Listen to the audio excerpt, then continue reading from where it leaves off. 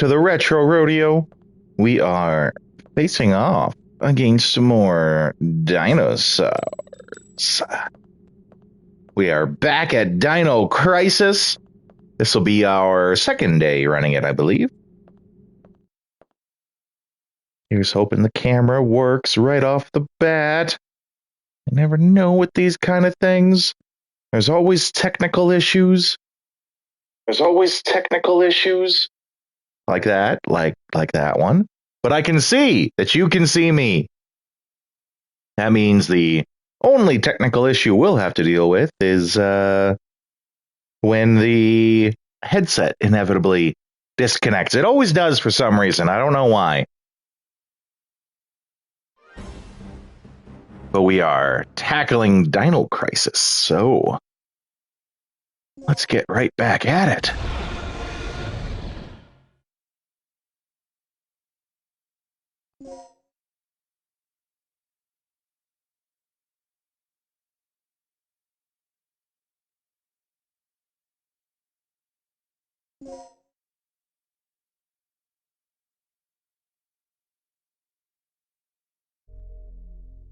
Okay, I think when we last left off, I had helped, I can't remember his name, but I had helped the Black Party member rescue someone else who was calling for help, and then came back, and there was like the guy who is our general.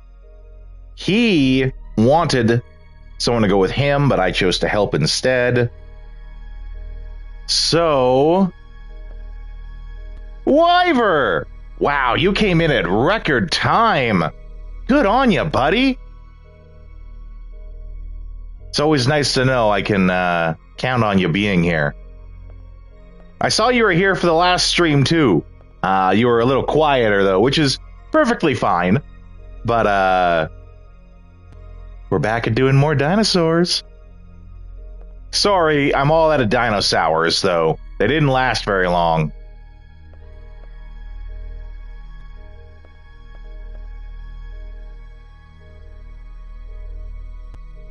I was lurking because I was live. Well, no, the lurk is awesome. That's great, too, buddy. I have 1 shotgun shell and 3 sleep darts. Oh, 5 sleep darts. Okay, let's go. These dinosaurs aren't going to know what slept them. But no, the lurks are awesome, too. But man, today you are in here in record time. Good job. I'm impressed.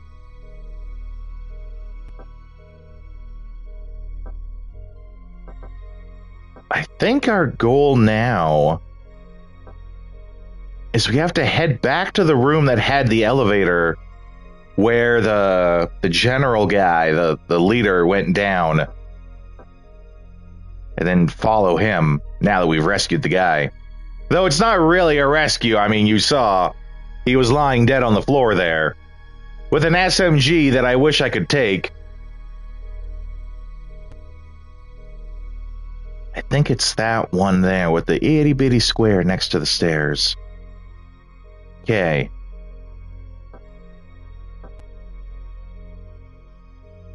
So,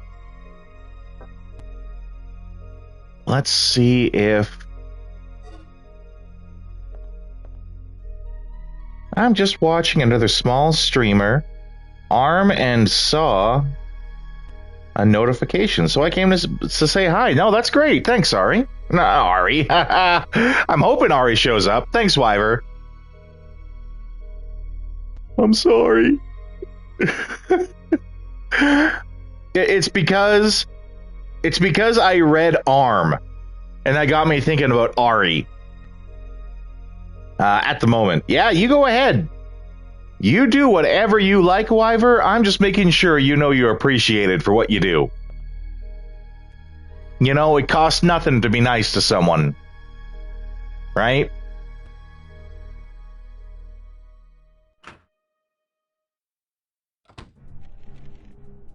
Oh, there's little itty-bitty dinosaurs. I don't like itty-bitty dinosaurs.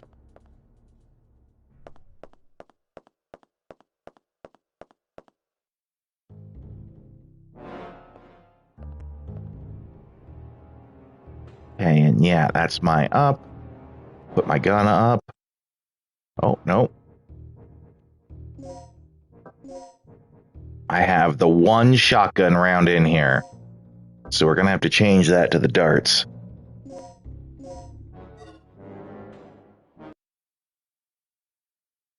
I wouldn't mind getting paid for just being nice, though, right? I'm pretty sure that's what HR is.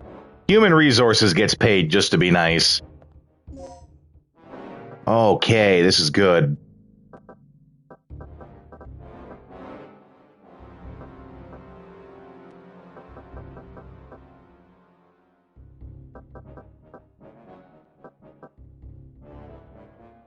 Completely recover health.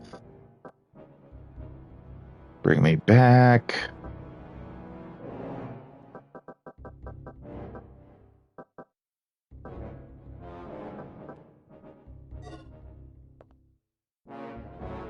Sometimes they get paid to be dicks as well. That is also correct. They get paid to be whatever they want to be, whatever the company needs them to be. Okay, if I'm right, this is where I needed to go. What? Oh, I don't see any signs of Doc here.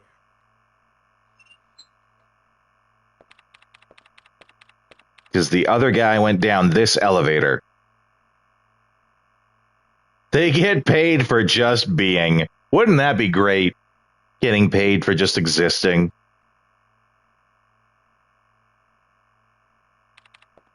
Oh, I gotta redo the ID card. That's right. Okay. Okay, where? Oh, geez, I have no idea where the ID machine was.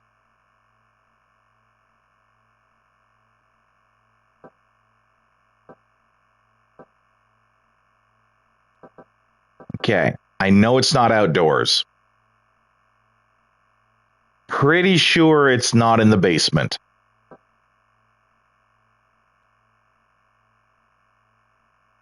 It might be that big room in the middle there.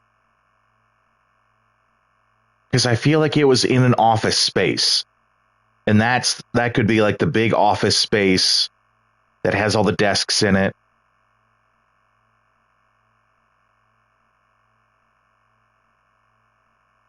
This looks like it's a bit too much for me. Yeah, that's right. Brandon here. Give him some special love, Wyver, if you can. Brandon was playing Shadow Hearts, and he just so happened to stumble across like the toughest enemy in the game, the toughest boss fight. And I did nothing but harass him about it for about an hour. And, you know, it was all in good fun, but he was a good sport about it. So feel free to give him some love if you can. Right now, Brandon, I have to try to remember where the ID, like where the machine is that changes the ID on your ID card so that I can get into this elevator that's in this room, but I have no idea where that is. It is super not labeled on here. I also have like one shotgun shell and 5 sleep darts to deal with all these dinosaurs. So you're going to get plenty of opportunity to return the favor. Unless I dodge dinosaurs. Okay. What's this? Is this anything? Control panel. Okay.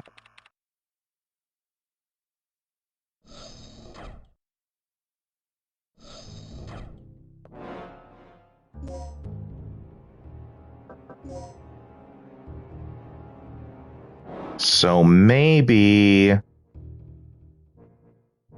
go around to the save room. Go all around. Oh boy, that's a big trek for a maybe.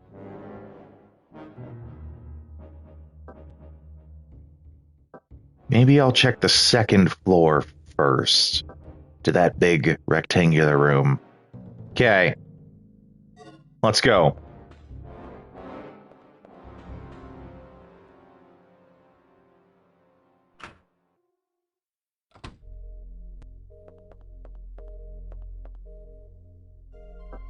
don't need to save, as we kind of just did only a few rooms ago. So now I'm going... Is it there? Yeah, I think so. Okay.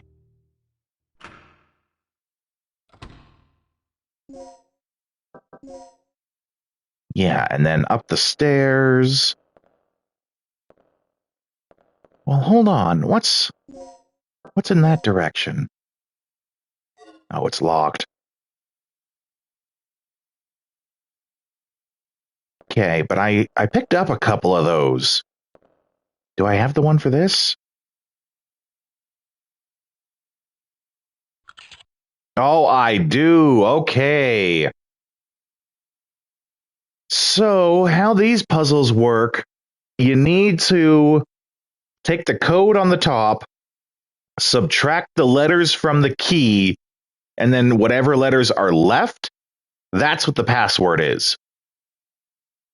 So, we have N, E,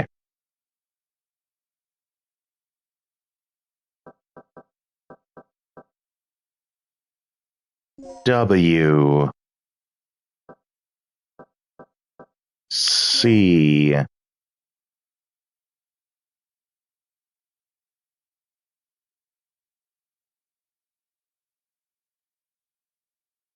O, M. Newcomer, is that what it's going to spell? Newcomer, yeah.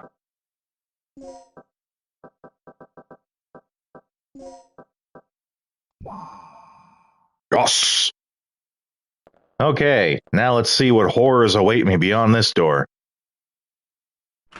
Ah, good old loading doors. That sounds like a phone. Is that bullets? Oh, it's a plug. That's useful too.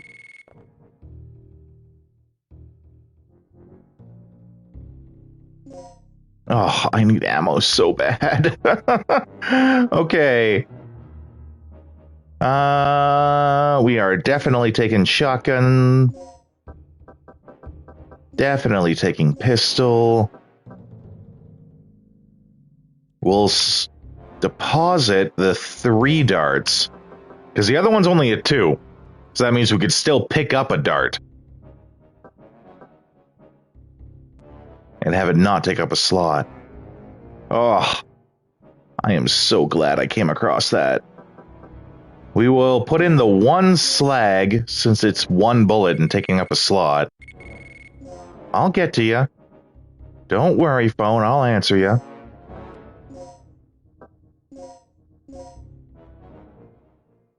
I talked about loading doors. Is anyone watching, such as Brandon or Wyver, are you familiar with the fact of why I call them loading doors?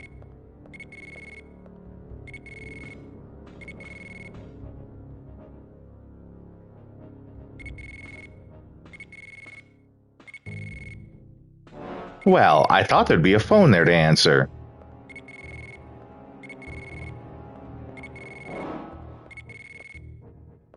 Oh, there's a dead guy.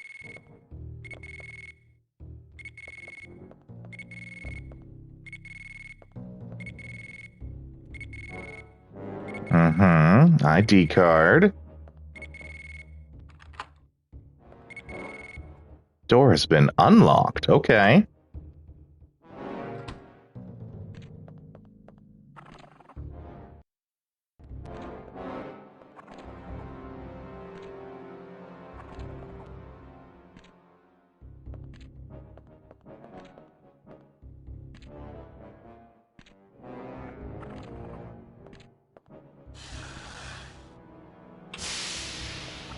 Okay, so that's a switch for when he's, like, right next to me. I'll push that switch, though. Nah, all good. I won't give you a hard time. Gonna go get ready for a cricket check back soon. Gonna go get ready for cricket check back soon. Not at all. Have never played this game in my life, to be honest. Well, the reason why I call them loading doors. And here's our prerequisite learning game design for the day.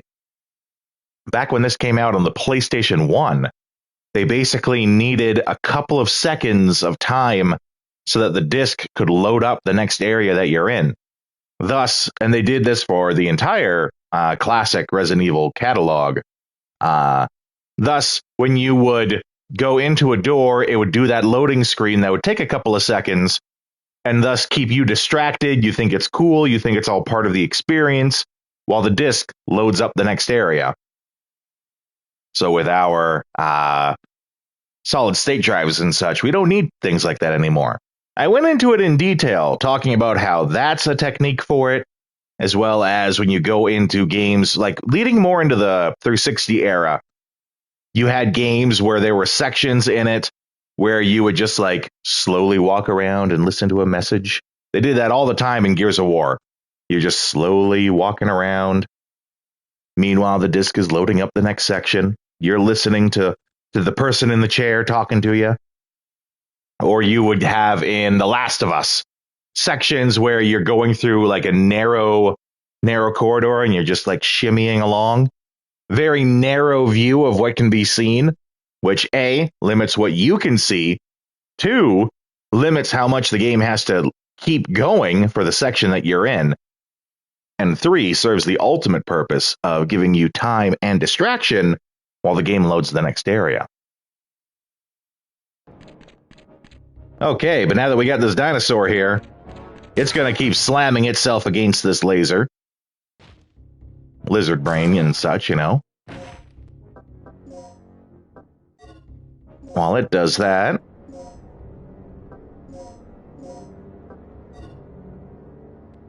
we will handgun shoot it.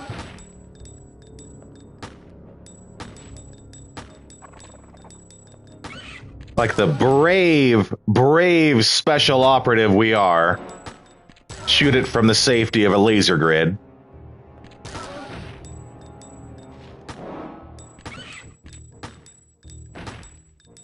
Is it bleeding out? No, it's not actually dead.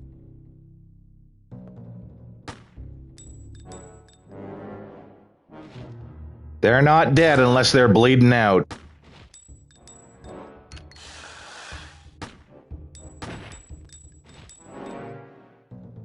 There we go, now it's dead.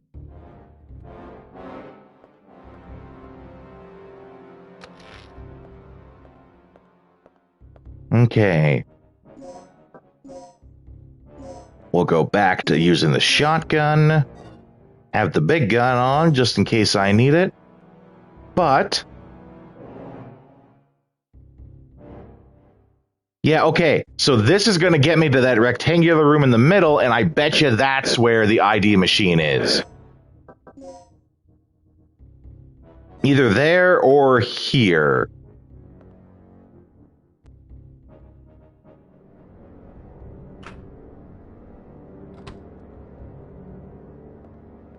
This, however, is where I had someone on hold on the phone.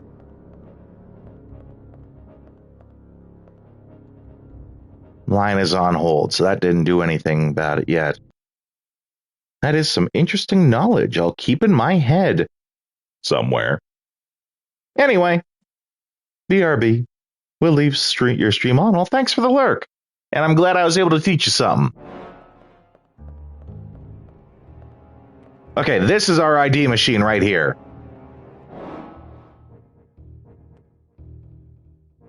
Have a sip of my delicious coffee.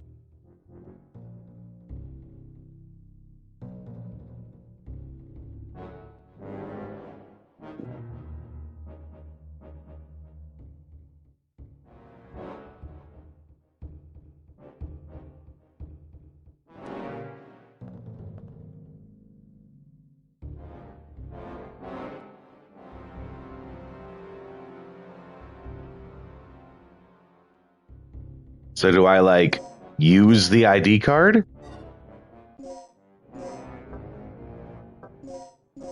Yeah, okay.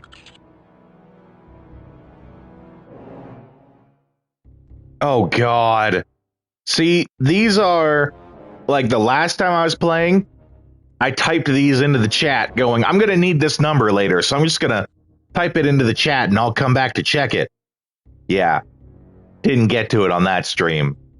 Oh boy, okay.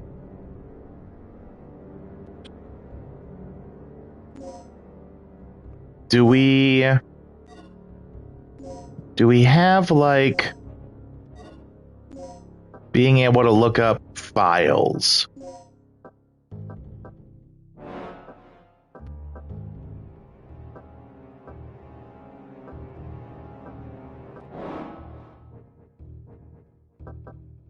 Oh boy, of course we don't. There's gotta be a way to look up files, like things that you've seen. Oh boy.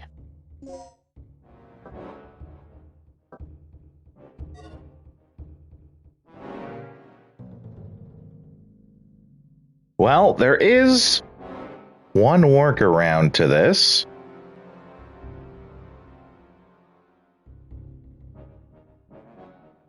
That being,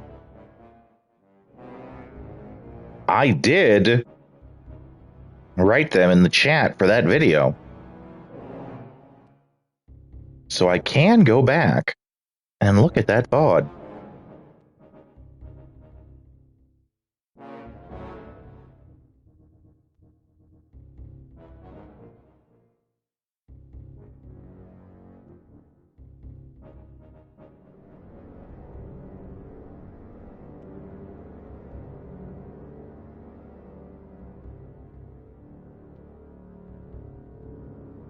Or can I?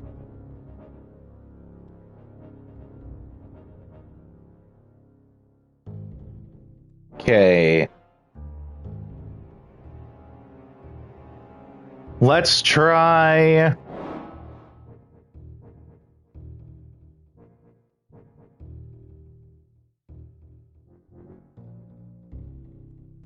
Okay. Oh, I gotta actually, like, use the ID card again. Okay. ID card, use. Let's change our registration number to 57036.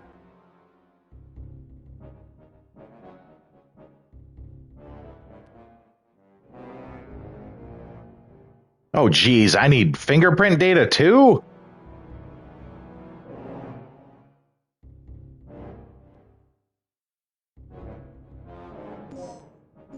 This is a whole thing right here. Jeez. I don't know if I'm going to have fingerprint data for either of them.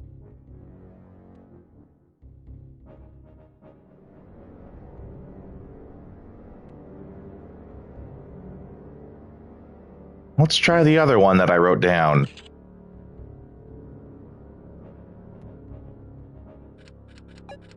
Five, 8, 1, 0, 4.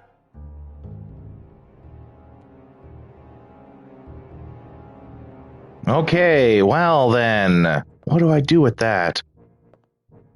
I have no idea what I do with that.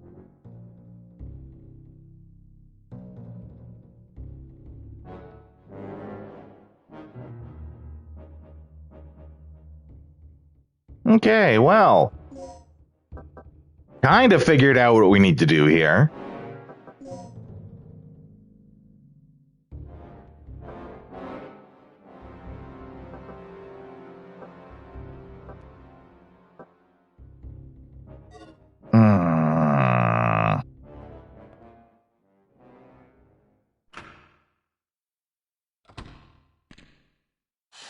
Oh.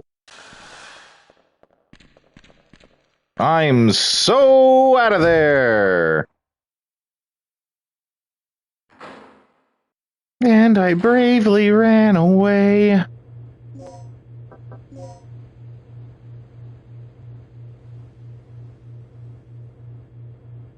I feel like one of the people was in front of the building, like with that big foyer. So I might be kind of going the wrong way here.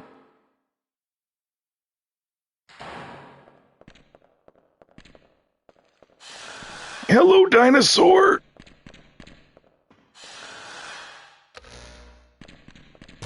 Lasers!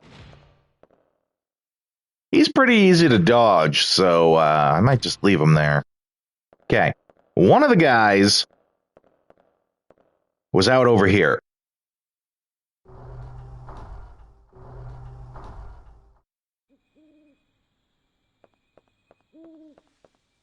Right, not there.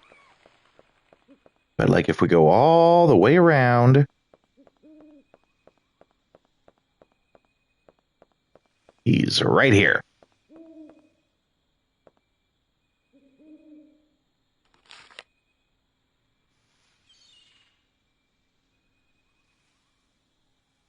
$57036. I'll put that into the chat, and hopefully this time it's relevant. 57036.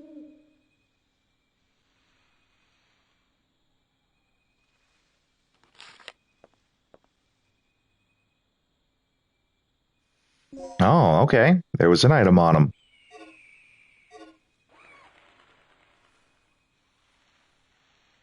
Only an arm and upper body. Yeah, okay, but like, shouldn't I take the arm to get the fingerprint?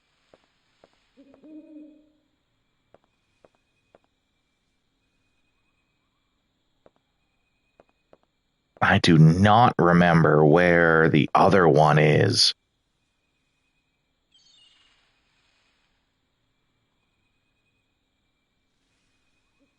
Oh, geez, come on.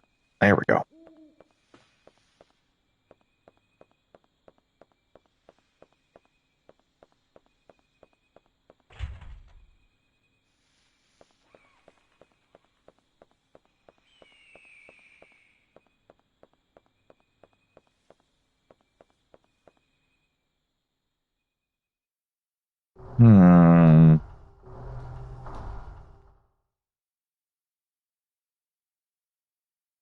Yeah, where though?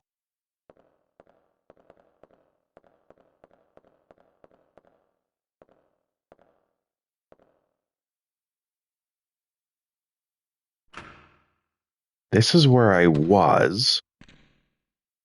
Yeah.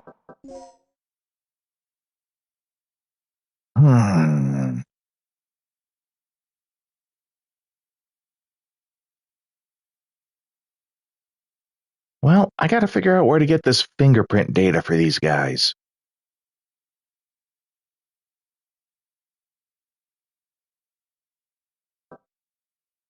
We have no destination.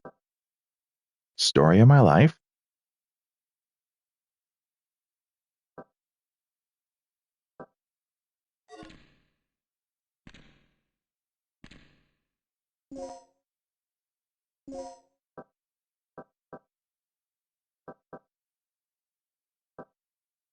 Okay, but we have these for DDKL.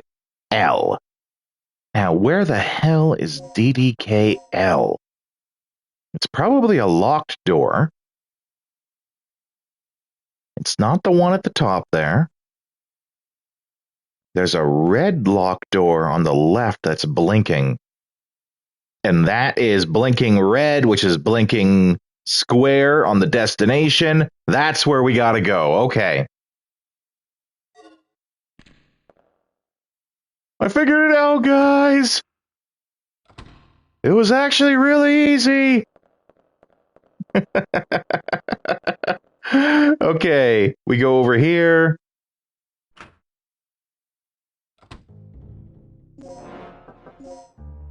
And then it should be straight around the corner and straight. Except we have a save point here. So we're going to stop in. We're going to say hello to Ari, who I know is in the stream now. Love having you here, Ari. I hope you're doing great. We stopped in here basically just for the access to the save point.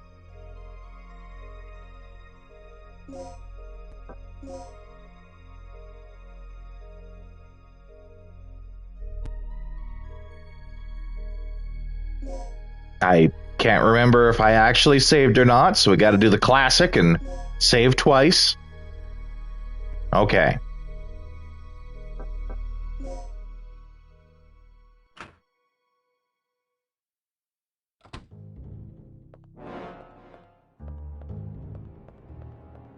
What's this door?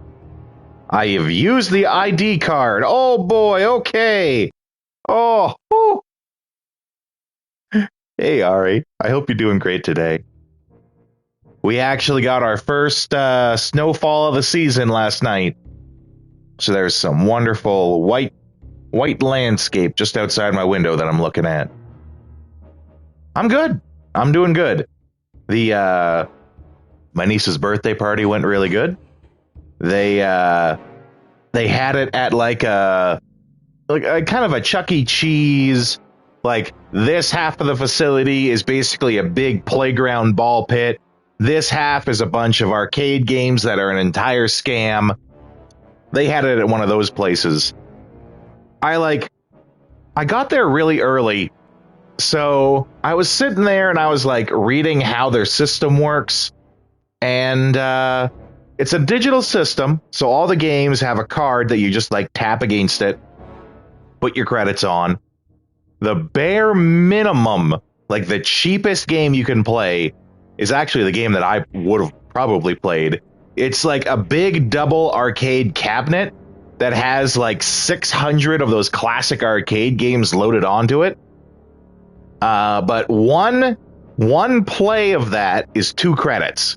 And that's the cheapest that there is in the entire game, in the entire facility.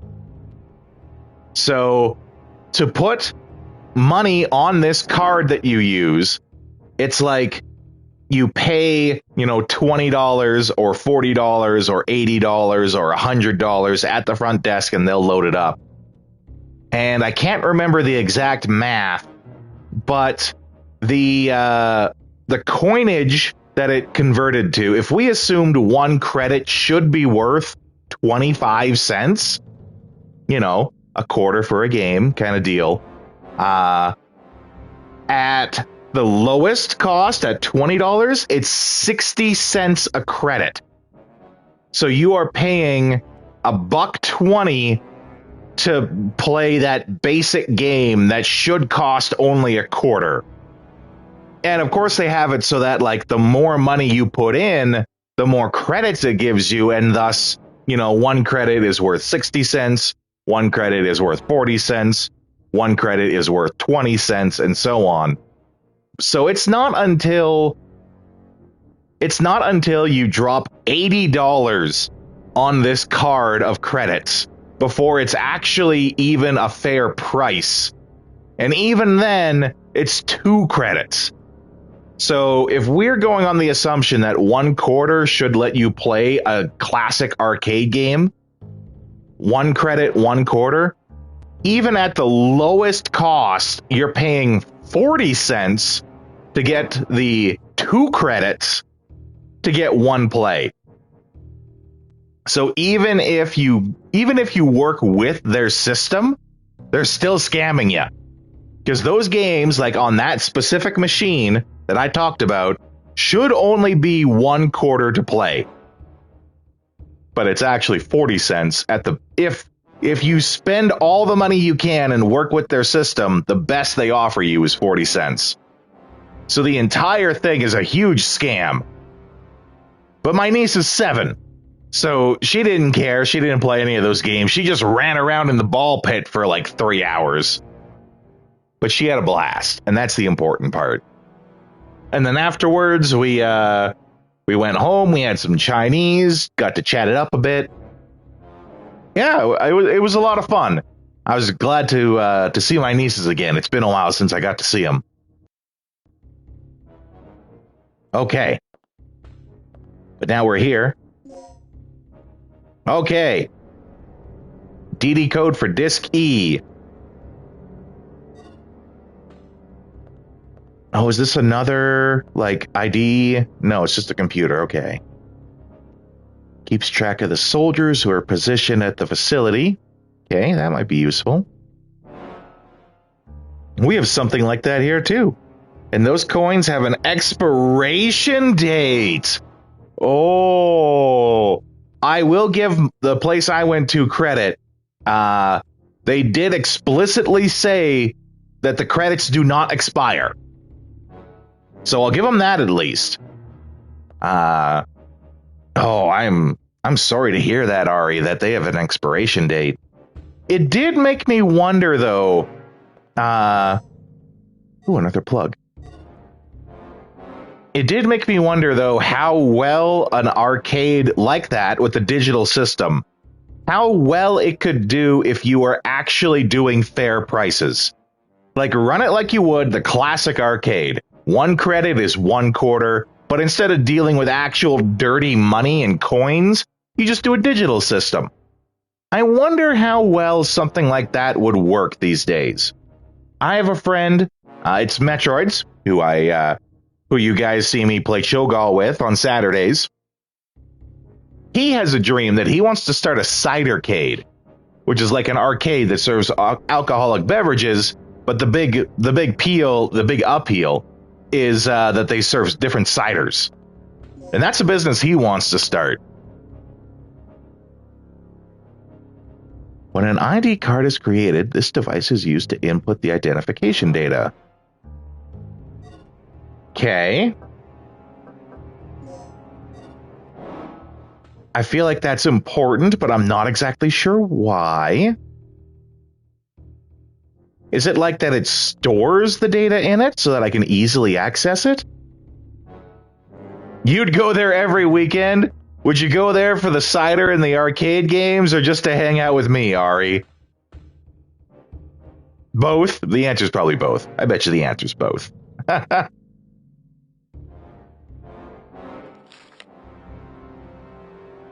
Earlier in the week, there was a case in which someone used the terminal. Yeah, that's what I want to do. Fingerprint data from the corpse of a staff. Oh, okay. So I bet you this device I just picked up. See, I knew it. This device I just picked up probably gets the fingerprint data.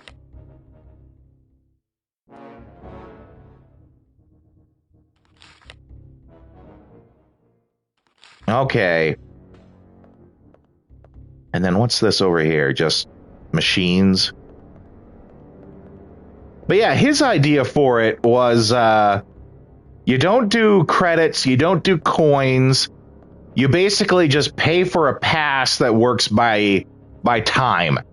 So it gives you 1 hour, or however long you pay, 1 hour, 2 hour, 3 hour, gives you 1 hour access to all the games, and all you got to do is you just scan it. Because the thought is that you don't want to just dump a bunch of money, you want to go there and have fun. Personally, I think the credit system is better for business. Still do it fair, right? Where 1 credit is a quarter and games that should cost a quarter cost a quarter. But I feel like it's better business in the underhanded way that if you got people playing games unlimitedly, then they don't really have much incentive to spend more money than they already have. But if you have it where it's like, oh man, I'm doing really good at this and I'm really hooked on this pinball right now, maybe I'll just put another $5 on the card just to get me by. And then, $5 later, they go, well, maybe I'll put another $5 on.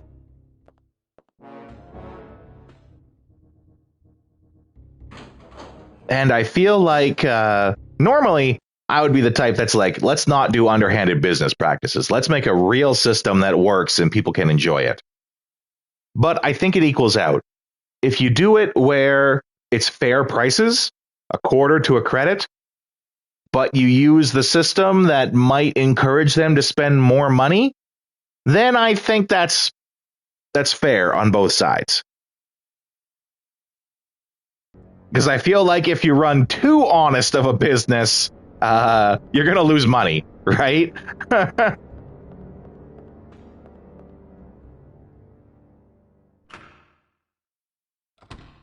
Of course, I had to play devil's advocate to Metroids.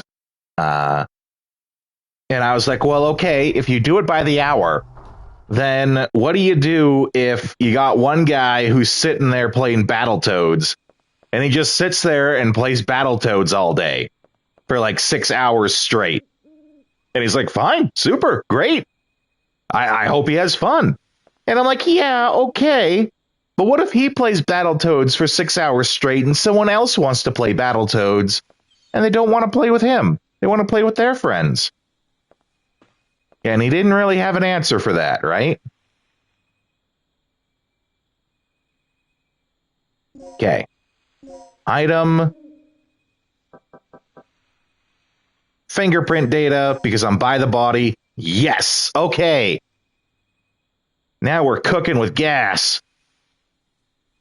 Now we're cooking with propane and propane accessories.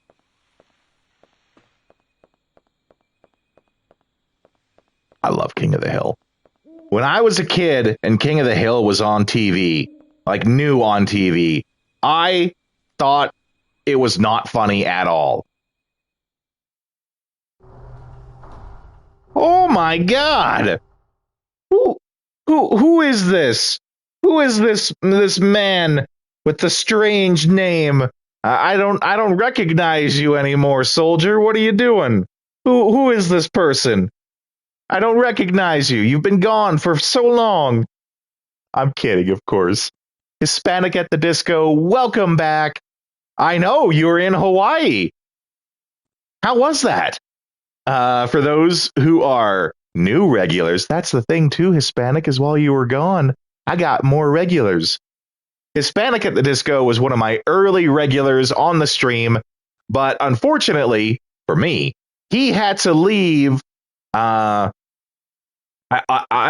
sure I'm going to get the details wrong. You'll have to forgive me. But he works as a soldier in the American military, training other troops for parachute dropping, I believe it was. And he kind of had a work vacation in Hawaii where he had a week, or it might have been 2 even, that had to go there and train people. But once the work was done, it's a vacation in Hawaii. So that's where he's been for this last while. Welcome. I'm glad to have you back. The stream has been going at a steady upward pace since you were last here. I have my 50 plus followers. In fact, at this point, pretty spot on. Training them for heavy aerial delivery, dropping Humvees and stuff out of planes. Man, that is the coolest thing. It makes me think to Metal Gear Solid 3, where he jumps out of the back of the plane and just drops in. That's right. Ari is one of my new regulars, and they're a fantastic person. They're going through and they're watching all the old stuff, too. They're hooked. But right now, the only thing I have left to reach affiliate status, which is when this channel really kicks off, is I just need to get my average viewer count up. And that is slowly going up as the time goes. I've sort of found a system that works. If you'll recall, Disco, when you were around, I was really struggling to figure out when I should be streaming.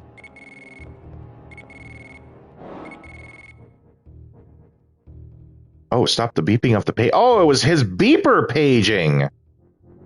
But I have luckily figured out that I picked up some regulars who are over in the Europe area. So streaming in the morning, which is what I wanted to do all along, turns out to be the good time to reach them. So now I do my streams from 10 a.m. Mountain Time to 1 p.m. Mountain Time. It's just funny how it worked out, because when I started streaming, I did it in the morning and got no one, and that's when my friends informed me. Is this system displays changes daily, monthly, or per stream? Okay, so 11 to 2 your time. That sounds about right. How this system works for the averages is it's an average across 30 days. So I need to get my average of 30 days up to 3 streamers or more. But here's the thing. That's also including the old streams from about 30 days ago, where I was getting 0 views. So what's happening is even these, admittedly, I love you guys, I really do, but it's small numbers. But even these small numbers of, like right now we're rocking 6 people.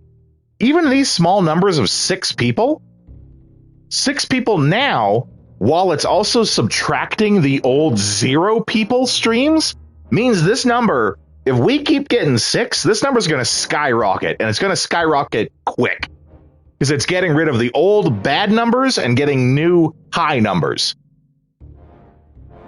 So I have the Discord, and on there, I'm going to show you guys like daily as it's going up, because it's going to go up. It's going to go up at a fairly rapid pace because it's getting rid of all the old numbers too.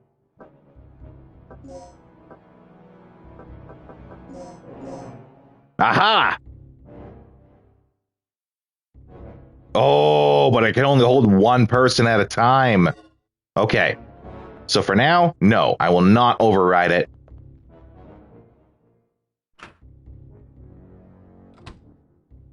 But if we got people like Hispanic at the Disco back here watching the stream, things are going to really kick off.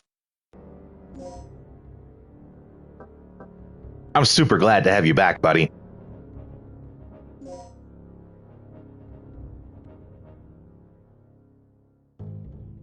Yeah, okay, so we're going to the end of the hall.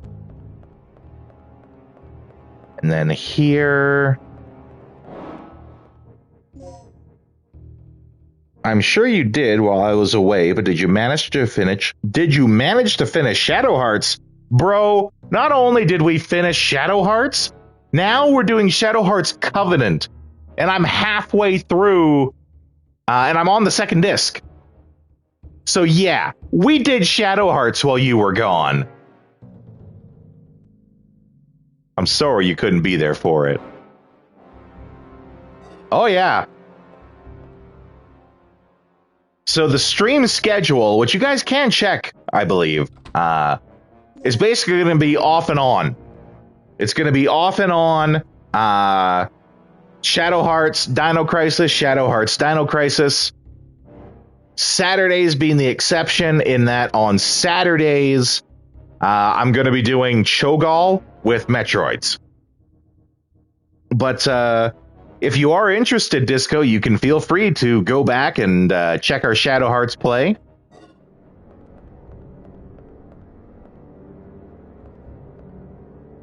What's going on here? This is not the room I wanted to be in. Oh, the ironic part is this is the room I thought I wanted to be in before till I learned otherwise. You might be a little disappointed going back. I did all the stuff to get, what's it called? Sephiric Radiance? Like the ultimate transformation. I did all the stuff to get it.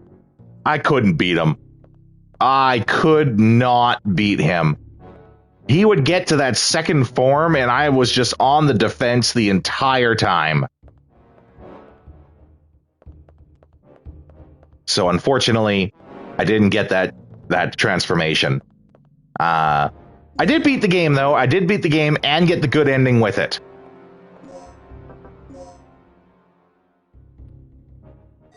So is it this room I need to be in? This might be it. I found it very interesting that the bad ending to Shadow Hearts is actually what becomes canon for the 2nd game.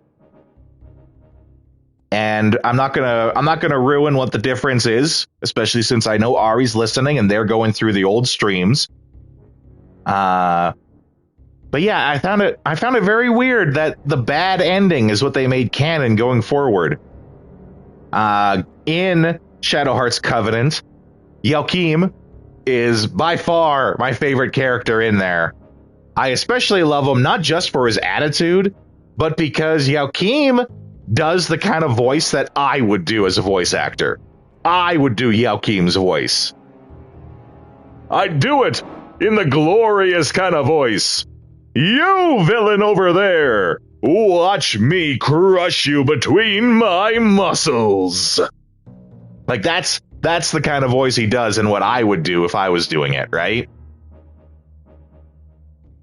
It'll make more sense as you get through Covenant. Well, okay, I'm pretty far into Covenant, so whatever it is that they want to show me, they better start showing it to me now. I think I'm at the point where I'm in Japan, and I just finished the ship that has all the key locks. Like, and you split the group into 2 groups, and you gotta, like, open the key with this group so that this group can progress to open the key for this group. That's what I just finished, and oh boy, were those keys a struggle at one point. Because I got to the end with one guy, and then realized I forgot to grab the frickin' key. So I got to the end, and it's like, okay, now all you gotta do is just insert your key to let the other guy through. Well, shit, I forgot my key way back at the start. So I had to go all the way back, do it all over again. Oh boy, it was a whole thing. But I think that's the last thing I did.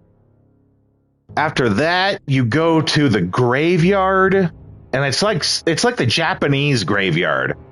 And then that's where I ended. The new Japanese character whose name I can't remember, he just did his transformation thing, and we beat him as a boss. And that's the last thing I did.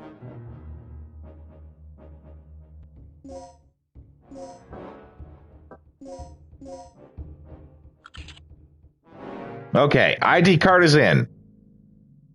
We have to use the number. I wrote this in the stream earlier.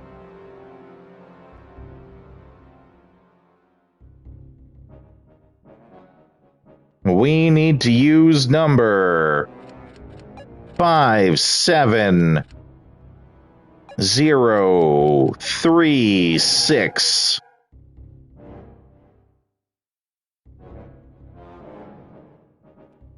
Please enter fingerprint data. I will enter fingerprint data. Okay. Researcher, eh? Will you rewrite the card data? Yes? Okay.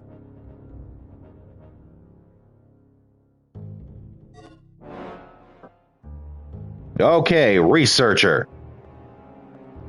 Whew. That was a whole thing to do that. But yes, so now we are doing Dino Crisis, as that was the new game that just came out for the PlayStation Extra, or on PlayStation Plus. Training, rest, EV, office. Where is research? Oh, research is probably at that elevator again. Okay. I never played Dino Crisis when it came out. I did Resident Evil 2 when they first came out, mind you. I did Resident Evil 2 and Resident Evil 3, Resident Evil 4, all those when they came out. I didn't do like 1 and 0, and I didn't do 1 and 0 for Resident Evil until much later, like as an adult, going back and doing them. I never did any of the Dino Crisis except 3. Or might have been 4. The really bad one that was in space. That was the only Dino Crisis I ever did. And I knew it was bad, because I knew that these ones were great, and that one was nothing like it should have been. Okay, so now I'm going over here. And over here. So yeah, this is my first time going through it. I'm of course familiar with Regina, because she's mentioned in all sorts of other Capcom things, but never actually got to play the games till now. That was why I was so excited when Capcom was like on the world premiere trailer for I can't remember what it's called. The new dinosaur game they have that's like an action team-based one, especially because it had the red-headed chicken there. I thought it was going to be a new Dino Crisis game, so I was like, wow, I get to finally play some more Dino Crisis. Get to play Dino Crisis. And, you know, I was excited for... Oh, no, this is not it. I was excited for the thought of them doing a Dino Crisis remake, just like they did with Resident Evil, right? Because I never did play the originals. But here we are in the now and today, and I'm playing these originals. Okay. So I think I actually want this door.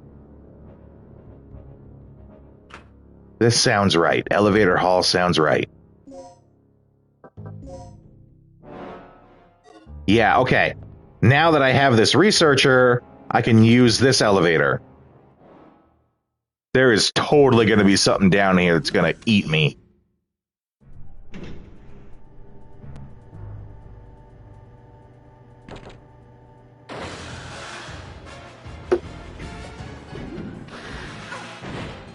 Son of a bitch! I still have no idea what I'm supposed to do when it says danger. I just push all the buttons and hope for the best.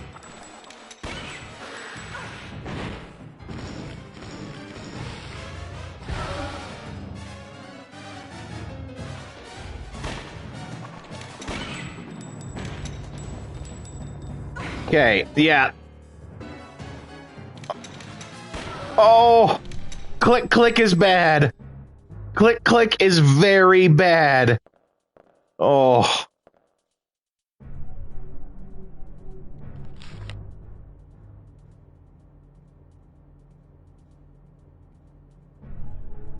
You'll need to be aware of the following information when entering the password. In a case where numbers are written instead of letters, the numbers could represent the codes for corresponding characters. Oh, okay. A1, B2, C3, that's pretty straightforward.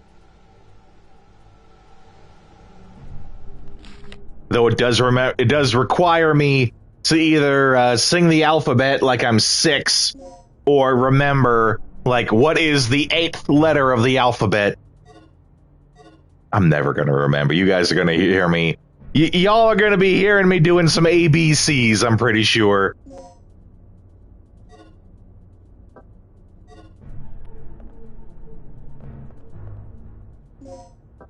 Do I have a, what is it, hemostat? No, I don't. Let's,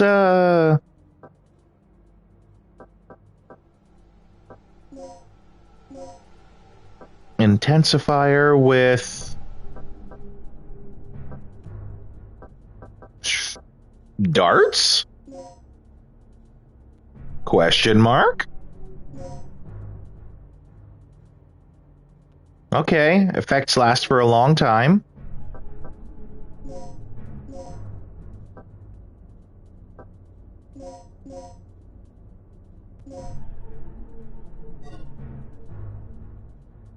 Medpack M++. See, this is where I get confused. Because Medpack M, just the base one, already gives you full health. So what the hell can an M+ do, or an M++ do? I have no idea.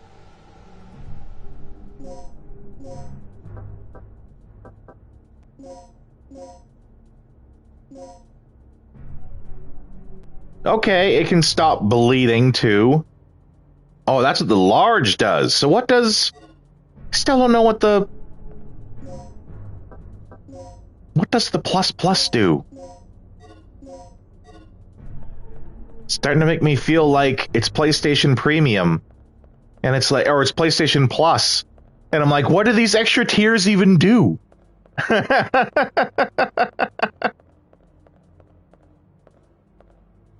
Oh, she keeps looking at something. No.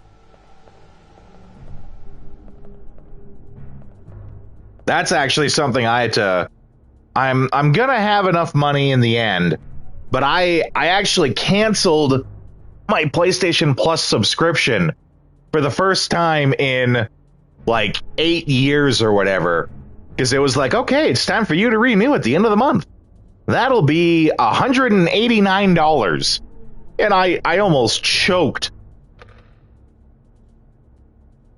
Because I'm like, why is this so damn expensive now? Forgot about the increases in the price. But I think I'm going to have enough money now. I just had to. I'm always super cautious when it comes to money. I never want to run out. Because there's nothing worse than when you need something, like you actually need something like groceries or food, or, you know, your toilet breaks and you have to pay to get it fixed. Nothing worse than needing that and not having the money to do it.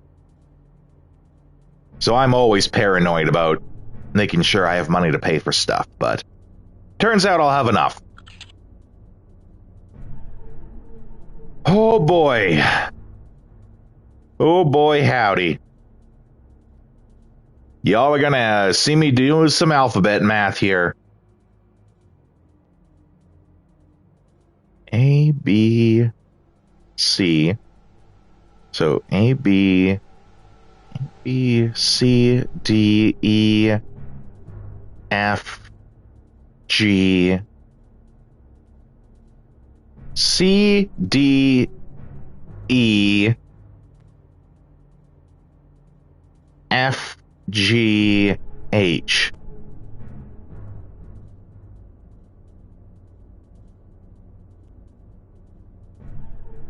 Okay. This will help me if I write it out in the chat here. A, B. Okay, so C, A, B, C, D, E, F, G, H. So those are our key, which means we do not include those letters. So I bet you it's going to spell laboratory. Just taking a guess at what's available and the letters that are there and that we can't add in, I bet you it's going to spell laboratory. Lab. Labor. Yeah, laboratory. Labor.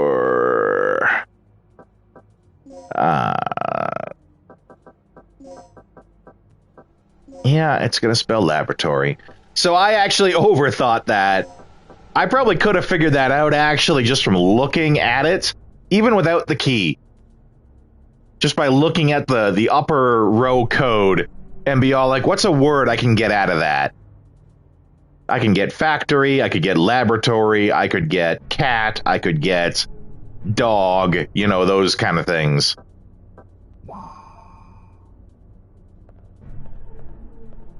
Okay. Wow, we're up to 8 viewers. That's great. That's spectacular. So, we got everyone here. Let's do a special shout out here.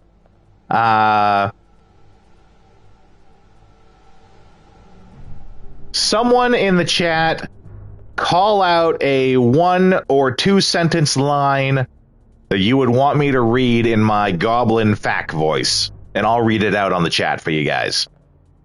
Just because we're doing so great, we're having fun here. What's something y'all want to hear me do in my fact voice?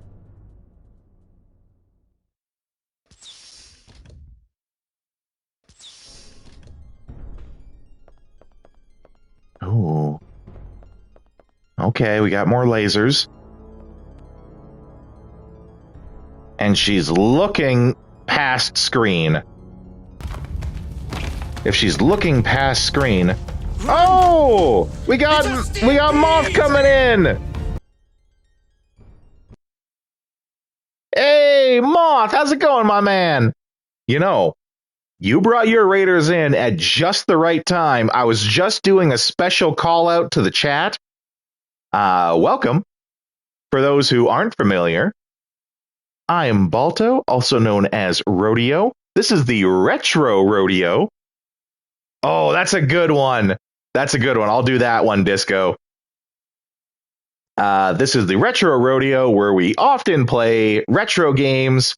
I work as both a game designer and a voice actor. So frequently, while we're doing these retro games, I like to call out some of the game design mechanics here. If I wasn't doing a shout out, I would, for example, call out about why Regina looks off screen and the importance of perspective when it comes to video games. And that's talking about game design. But for those people who are new in here, you are in here just in time for the other part. I work as a voice actor. I do voices. And they're not like, I am actually a professional voice actor. I'm not just some guy who says it and does funny voices that sound terrible. You are here just in time to hear me say, now hold on, Disco. Let me just get one little practice one out here, just to warm up those vocal cords. So, to continue on, I would have to tell you that I'm a dude playing a dude disguised as another dude. You're the side who don't know what dude he is. That's a lot of dudes. I get nervous when there's so many dudes around. It's not easy, you know. You look to your left and there's a dude. You look to your right and there's a dude. You look forward and there's a dude who's disguised as a dude, but he's playing another dude. Oh, it's infuriating, I tell you. So I hope you guys had fun with that. I am super close to reaching my affiliate status.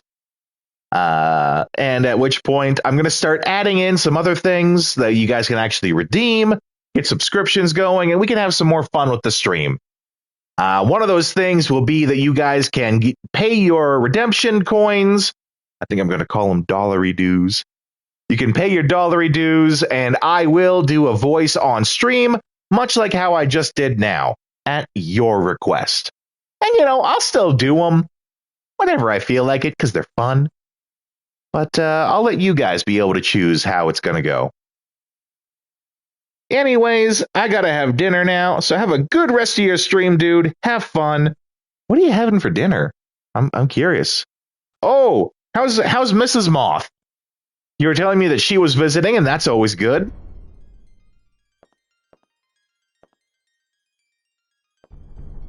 Now, you see here, we're going to have that discussion. We're going to have that perspective discussion about perspective in games and why it's important that she's looking off.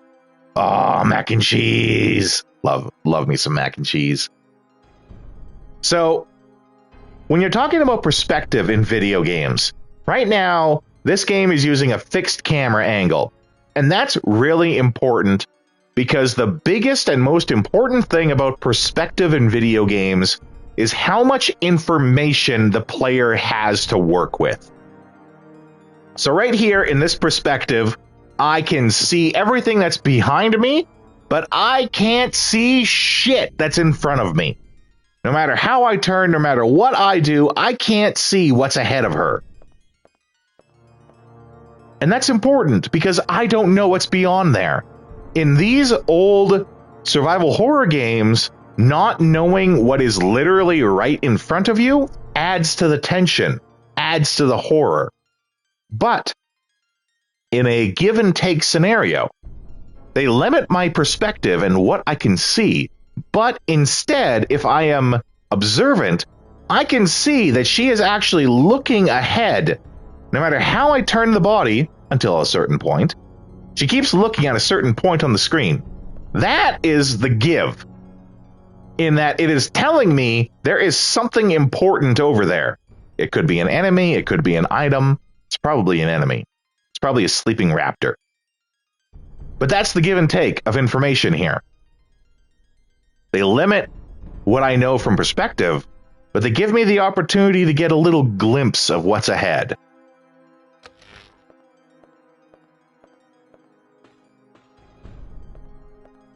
Yeah, see? And there's that sleeping raptor. Is it two? It might be two sleeping... It's two sleeping raptors. Okay. wish I had a grenade. I could just softball a grenade right into there. So, here's the plan. I'm going to sneak up to him. Blast him with the shotgun. Turn around. I'm going to run over here. We're going to hit the lasers. And like the brave soldier we are, we're going to stand behind these lasers and let them just throw themselves at them all day while I shoot them. Now, I say all day, but in reality, I only have so many bullets to deal with them. 15 to be precise.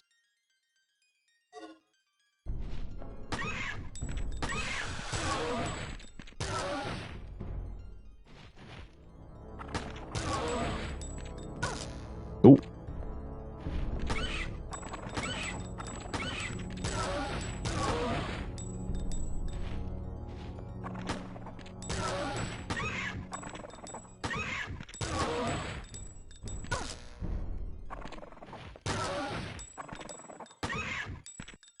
Gotta make every bullet count.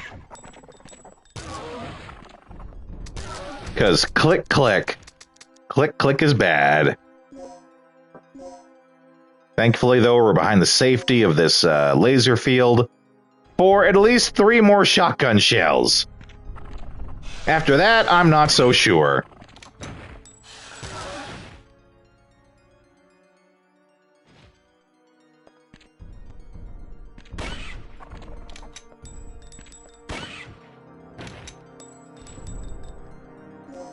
Now we are officially out of bullets. Which means our next best option... darts.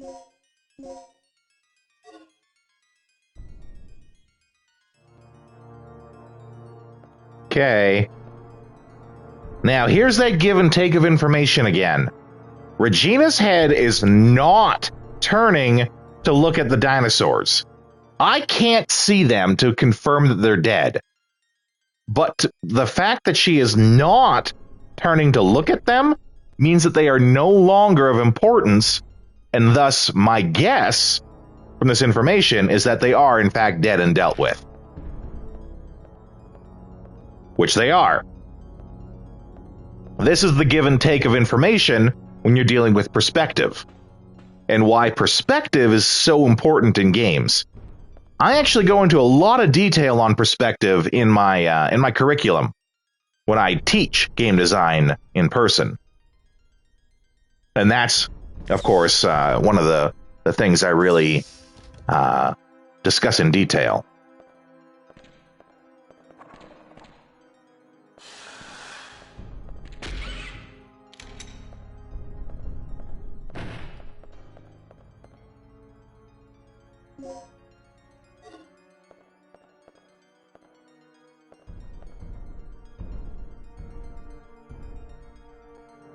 A category of data, the weapons development project in this facility. Okay. Okay.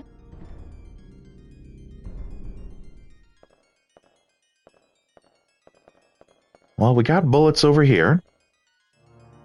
Sorry, we got a med kit over here. I have lots of med kits, not a lot of bullets.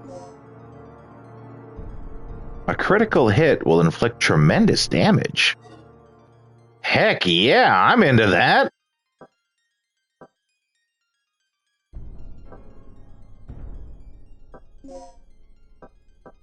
Let's equip these onto... Oh no, where'd it go?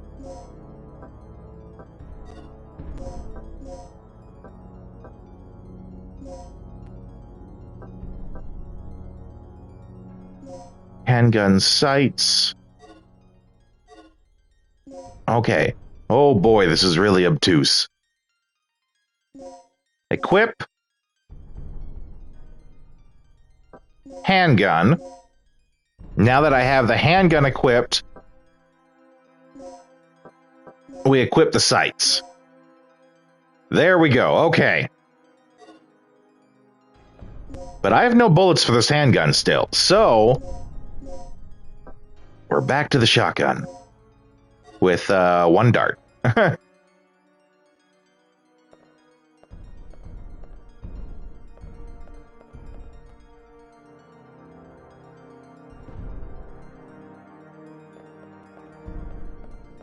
Okay. Oh, I think our dinosaur's up again. And I know that because she's looking at him now.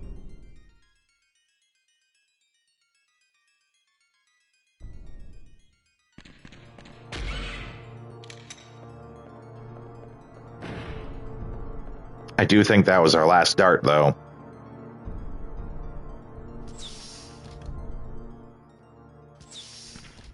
Oh my god. Okay, that was probably the thing I wanted the least to happen right there. Jeez, why'd there have to be two even?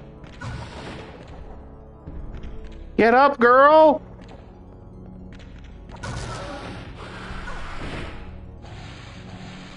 Wowzers! Okay. Laser! Hit the laser! Laser! Hit the laser again! Ooh! Oh, mammy!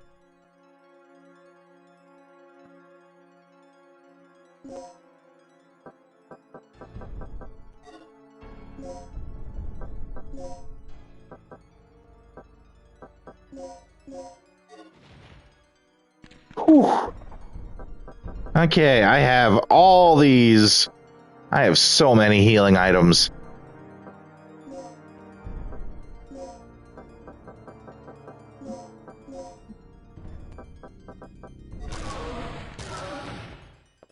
Whew.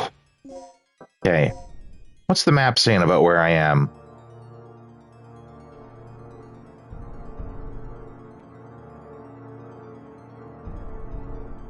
I'm back in the basement again. Okay. Got dinosaurs over there. Throwing themselves against the lasers.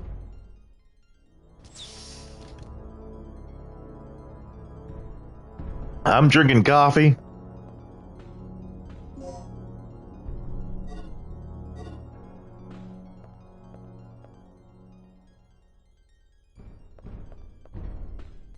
Okay. Controls the condition of the experiment room remotely.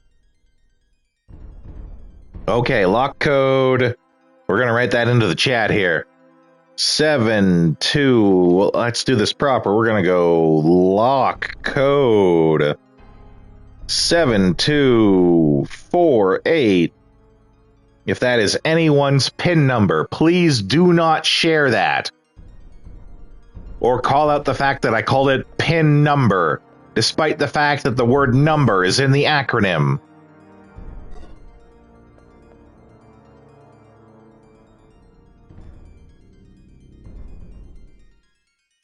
Oh boy, okay, this is actually important. Adding another gas to one with a poison level under 30 may neutralize the gas. Red neutralizes the poison in green. Oh boy, this is a whole thing. Red, green, blue, orange, green, purple. Okay, that's actually not that hard. They are the complementary colors on the color wheel, with the exception that green is to purple. Okay, but what's this thing on the desk here? Researcher's journal. Yeah, okay, we'll give it a look. Third energy, which is the total scan that the doctor was trying to create here. Completion of the system will signify the end of greatest problems. To which I don't know how you go from creating a renewable energy source to making dinosaurs, but hopefully we figure that part out.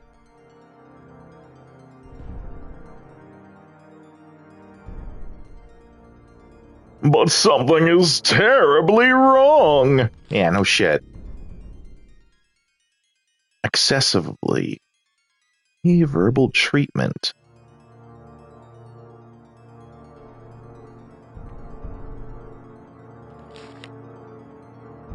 Haven't found any clues. He is indeed a genius. Super genius. Seems to have noticed our secret investigation. Oh no.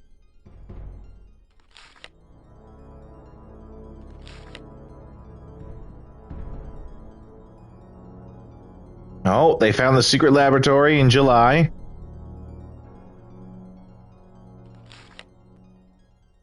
Has been meeting frequently with Colonel Lay. Kirk is the scientist that the team was sent here to find in the first place, who had faked his death 3 months prior. And then showed up at this facility doing stuff. He's probably our main bad guy who's making all these dinosaurs. Probably. Okay.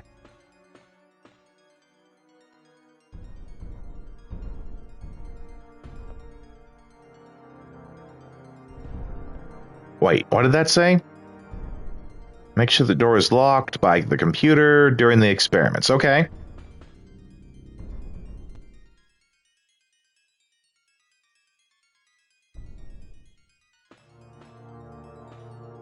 So do I go over here? Where do I put that lock code in? Or is this like the code from the other side? Could be the code from the other side.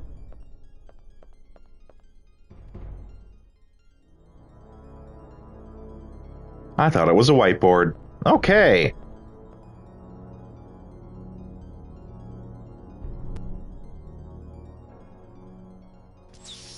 Dinosaurs should be safely behind the laser beam.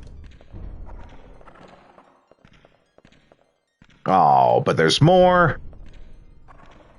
More lasers, yeah. But does that mean that there's more dinosaurs over here to block off?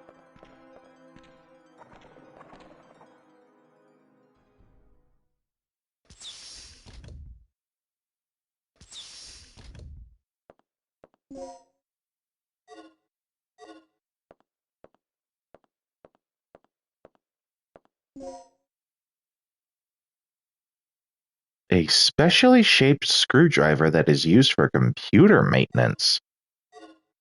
Okay.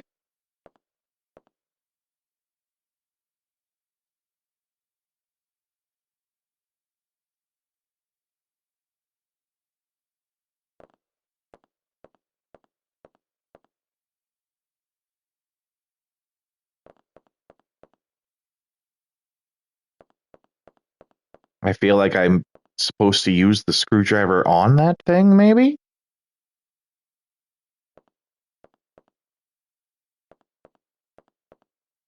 Oh, we got another file over here. Security Manual Volume 2? Oh, right. The one earlier was talking about numbers.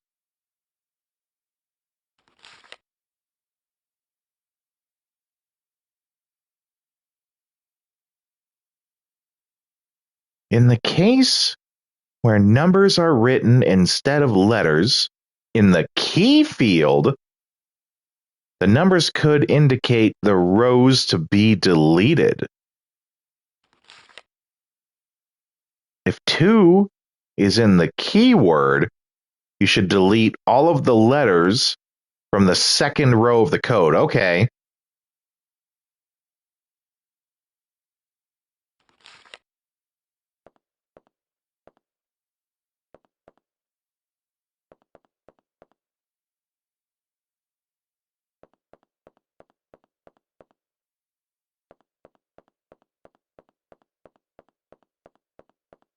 Before I go on,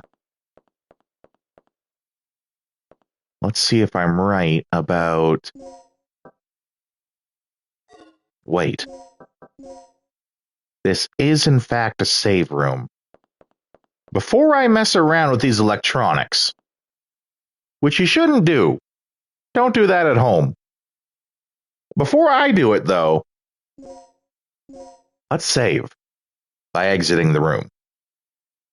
Just in case messing with these electronics is going to make it kill me by electrocution.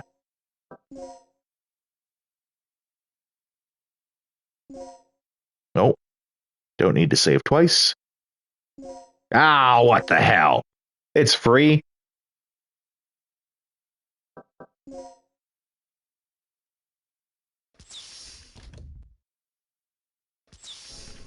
We already discussed earlier why they have short little cutscenes just for going in and out of doors.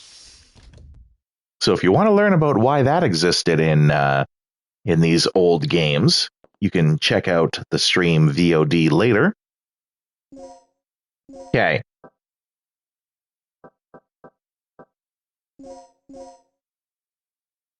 Yes.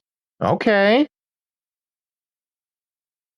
Don't have to operate it right now. I think I'm still going to leave it open, though.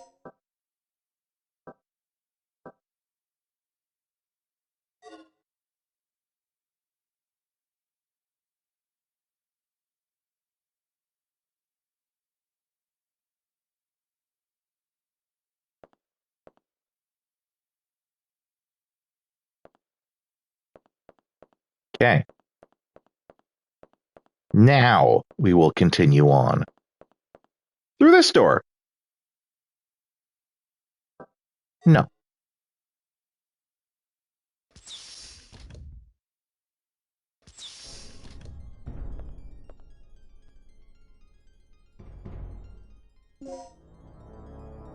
Smith & Wesson bullets? Oh, heck yeah. Now we're talking.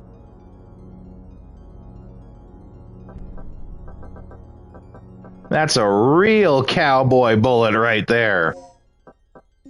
Oh, yes. Sweet, sweet shells.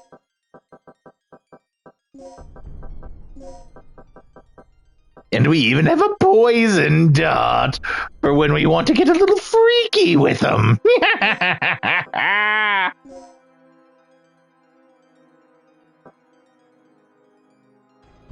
When we want to watch them slowly decay away.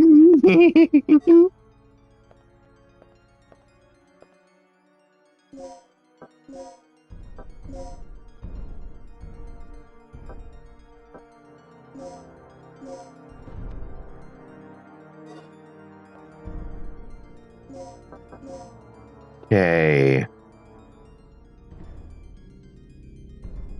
So I may want to go around this corner and to the right.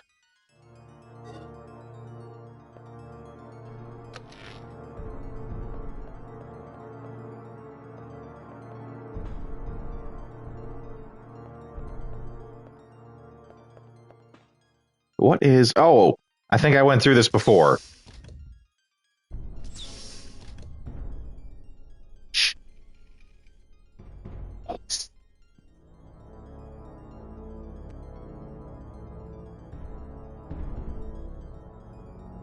The dart just fell off of him.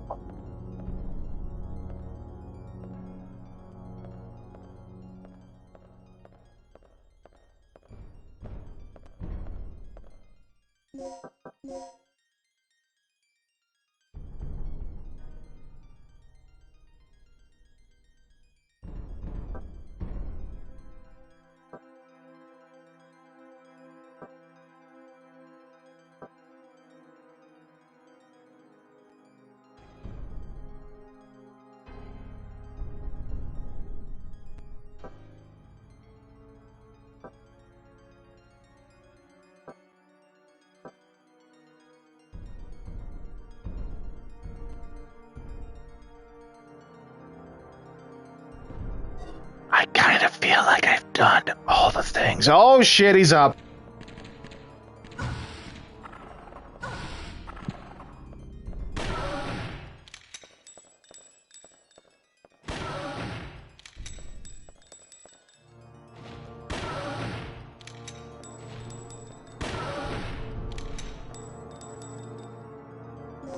He is not bleeding out, but I'm not going to waste another shotgun round on him to hit him on the ground.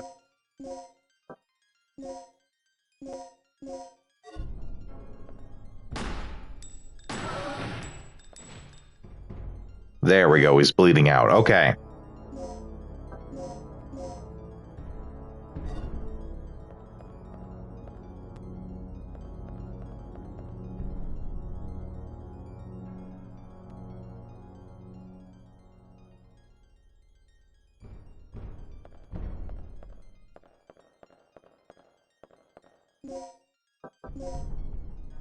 That's going to take me back to where there's the two raptors, and I don't need that corner anymore. They can just stay in that corner till I have to go into that room there. I kind of feel like I've done all the stuff here, but, like, I have other items to use. Like, where do I use this E-lock?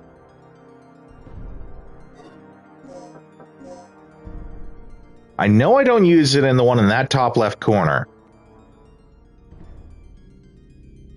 I might use it on the red door that's at the bottom south.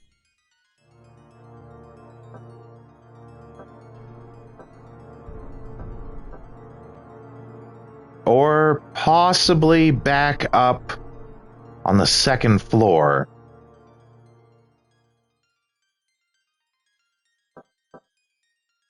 Well, while we're down here, let's check that south one.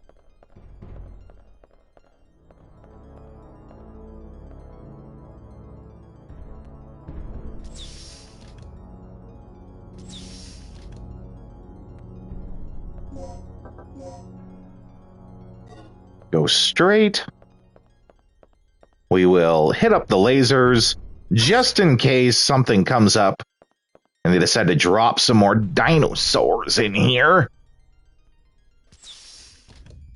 How you guys doing in the chat, by the way? If you're just chilling, that's cool. If you want to talk, feel free. I like talking with you guys.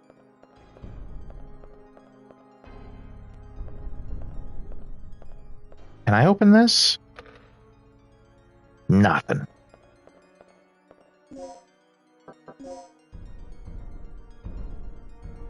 Well, that's what was going to lead over to there.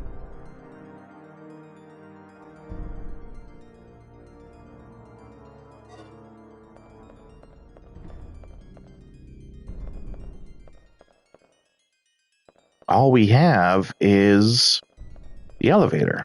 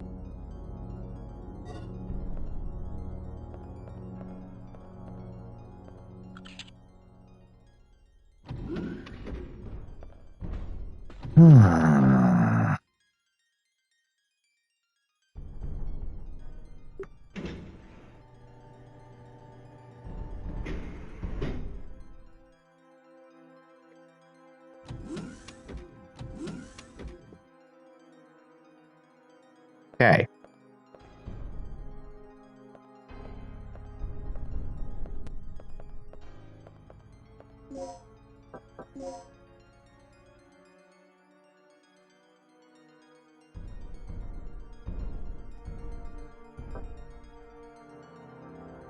There was a secret safe on the second floor that needed an extra thing to open it. I think I want to go back to see what that secret thing was.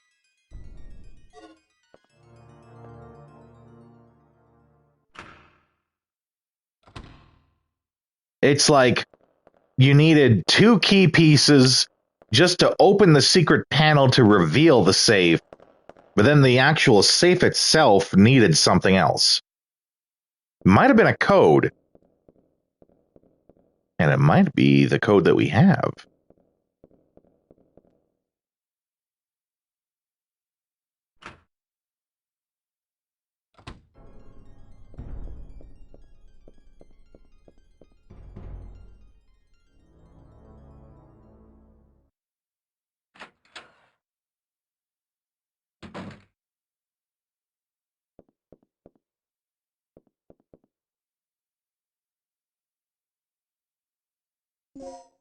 So now here we go.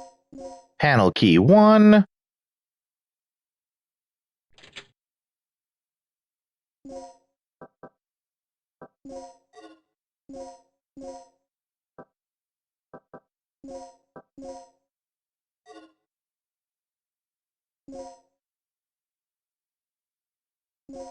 Panel key 2. Except I did it wrong.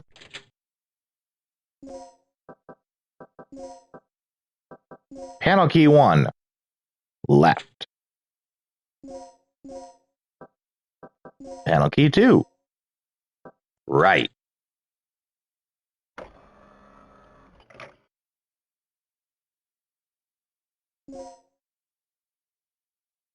Here's hoping.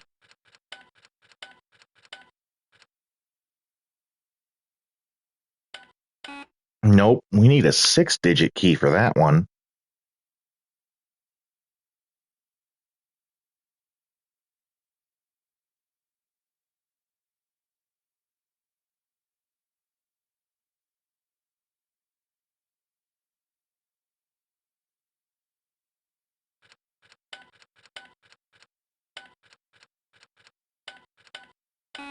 Nope.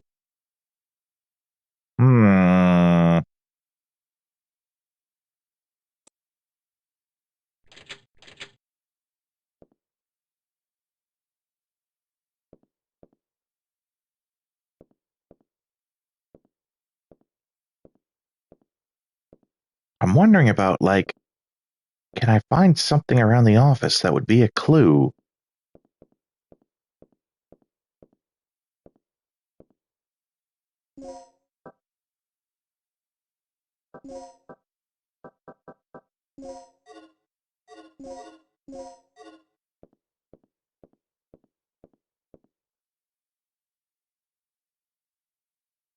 Miniatures of weapons. Oh, I could be devilish. I'm gonna do it. I'm just gonna look it up online. It's totally cheating. I totally don't care. I'm not gonna always do this, let's be clear.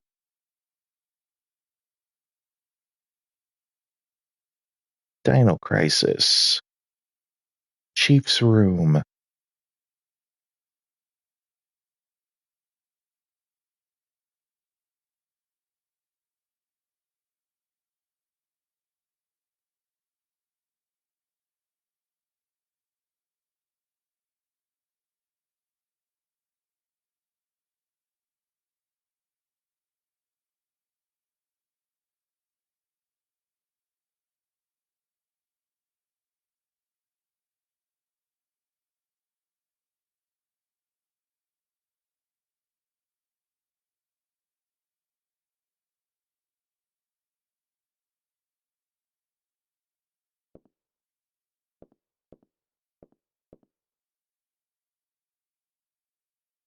Ugh, gotta do this whole thing again.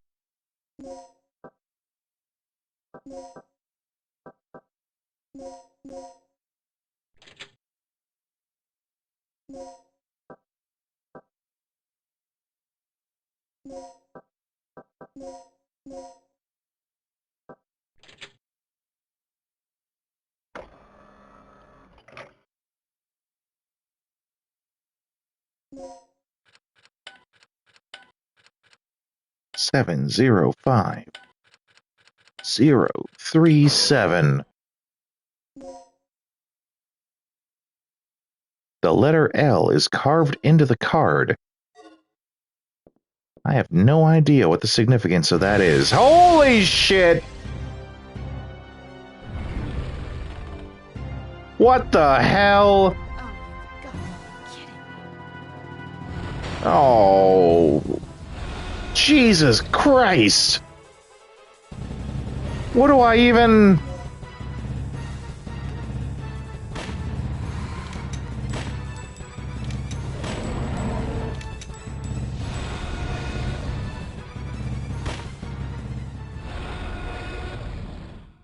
Oh, okay. I kind of deserve that. I kind of deserve that for looking it up. Oh my god. Oh. Oh. Okay. That came out of nowhere. What even is this thing I picked up? Keycard that can unlock an electronic lock.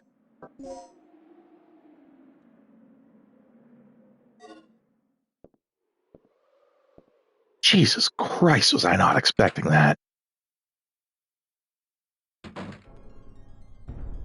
Does that mean, though, that, like, now that it's happened, it's, like, unlocked, and now he can show up anywhere? Oh, boy.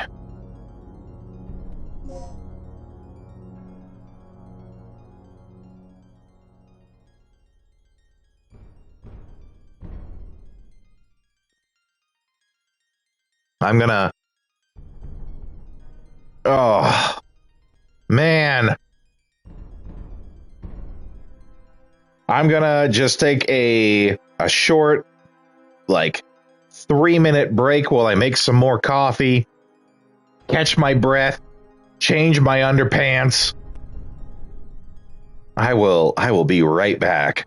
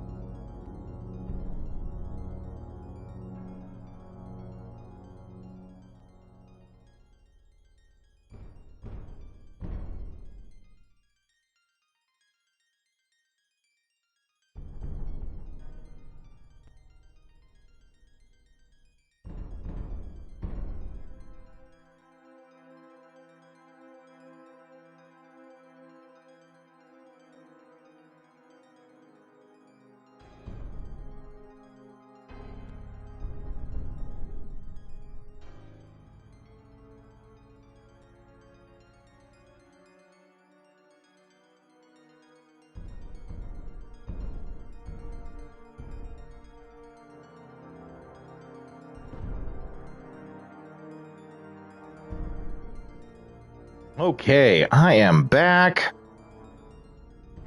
Shorts have been changed. Oh, jeez, that did catch me by surprise. I did not expect.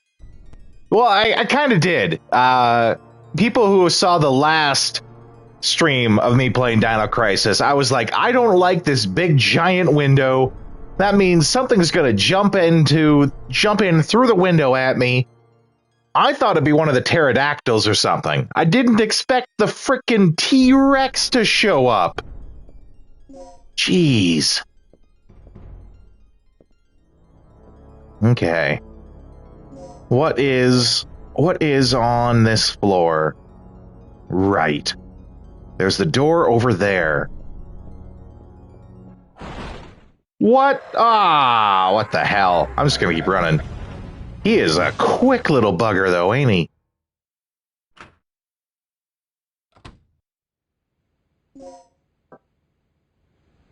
Oh god, I'm outside! The T-Rex is outside!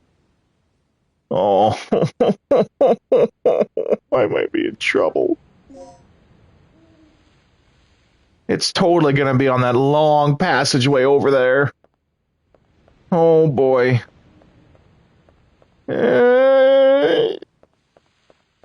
Oh. I totally thought it was gonna chomp away at. Oh, that door's locked. Well, crap.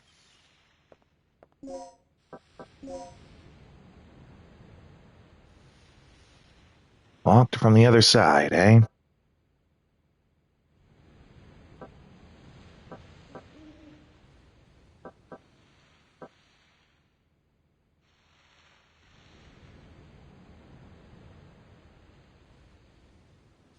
It does look like there's a door I never opened on the southeastern side there. Okay.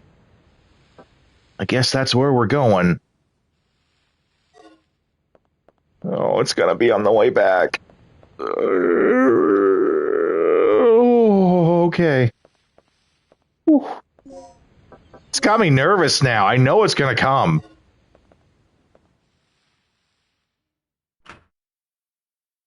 Oh crap, this thing's here.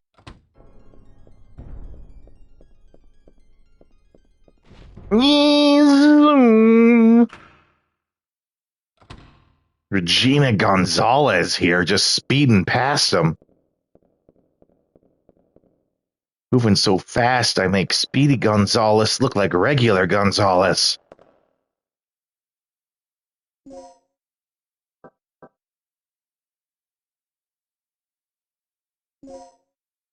Speaking of, Disco, are you still here? I wanted your opinion on something, but I'm not sure if you're still here or not.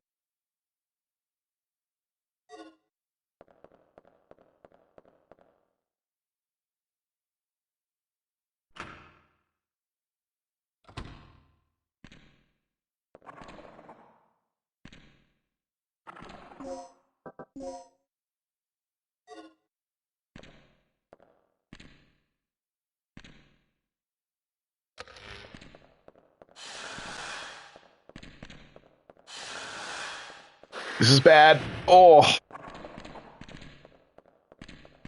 Sweet. So I was just making a joke about Speedy Gonzalez. I'm gonna make a fair assumption from your name that you are Hispanic in origins.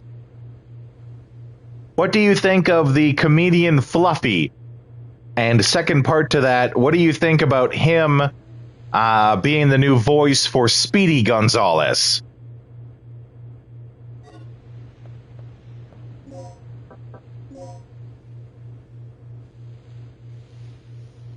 Oh, that might be where we came in and first started the game.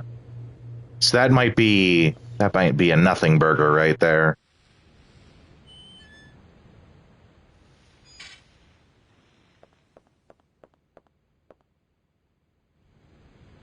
Oh, okay.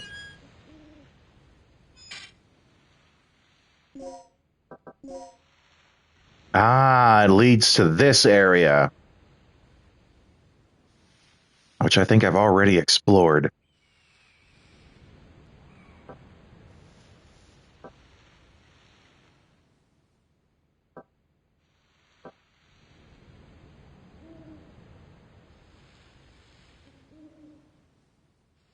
Oh, you're not Hispanic, but that's a fair assumption. Yeah, sorry for that. I also really like Fluffy. I like Fluffy a lot, and I think he'll make a good fit for him. From what I've heard, I haven't actually seen him in any of the cartoons, but I've watched him like do it as part of his stand-up, and it seemed pretty good.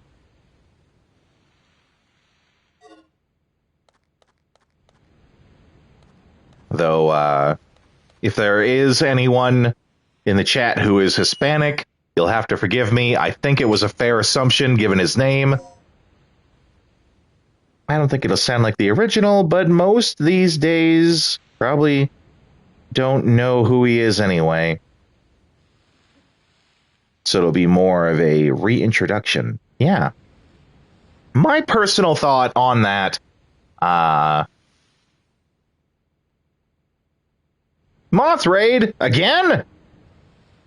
Or are you Dr. Purrington? Are you from the Moth Raid? Is that what you're telling me? Late to the party, but gotta rep the Raider. Well, welcome in, Doctor. Dr. Purrington. Welcome. We're doing Dino Crisis over here on the stream. Moth is really great. He's a great fella, and I love how he helps out the stream. So any friend of his is a friend of mine. You are most certainly welcome here. Are you familiar with Dino Crisis? I don't know if Moth told you much about me. Thanks for the follow. Thank you very much. Thank you very much. This is my first playthrough of it.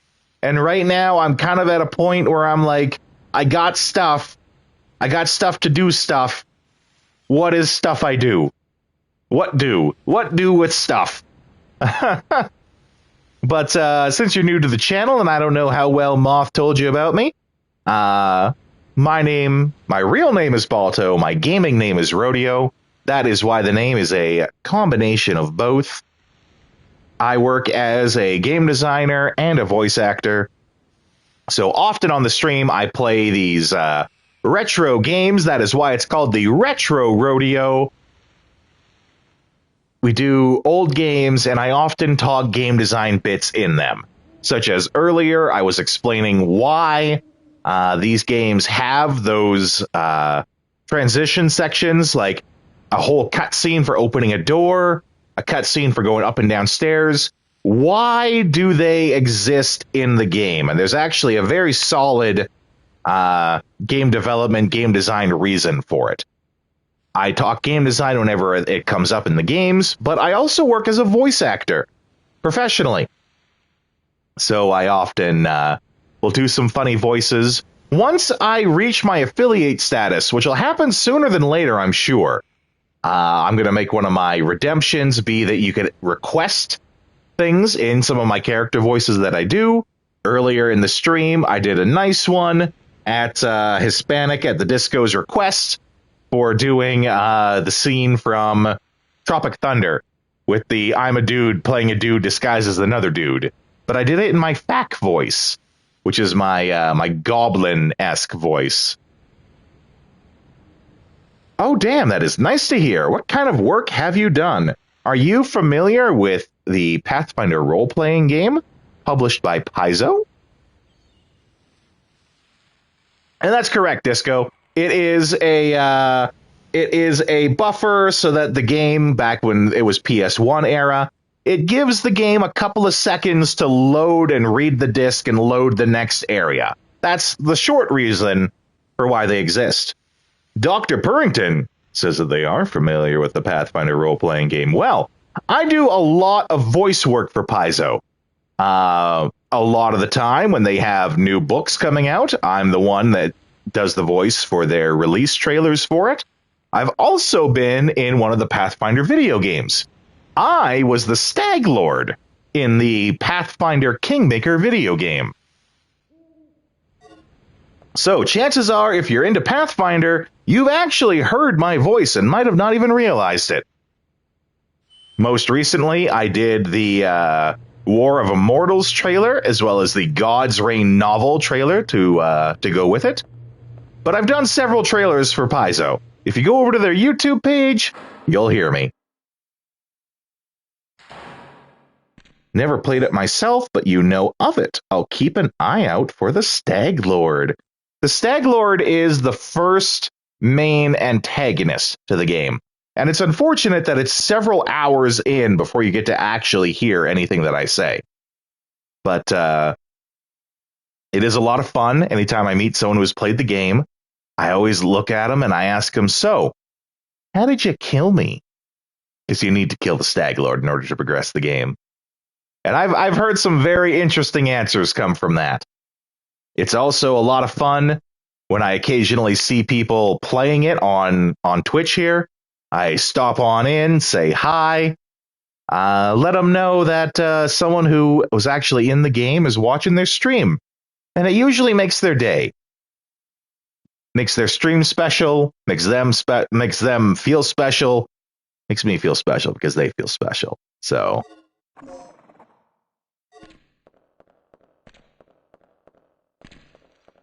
oh, where am I going with this? Where am I going? Oh, it 100% does. I've had that happen before, and it's such a good feeling. Yeah, I can tell.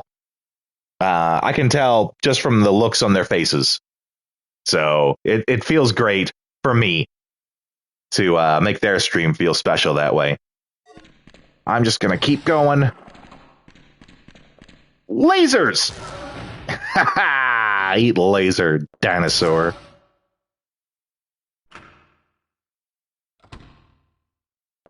Okay.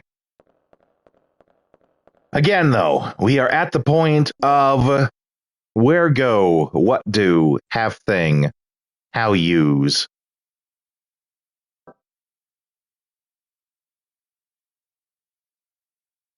That locked door was locked from the inside.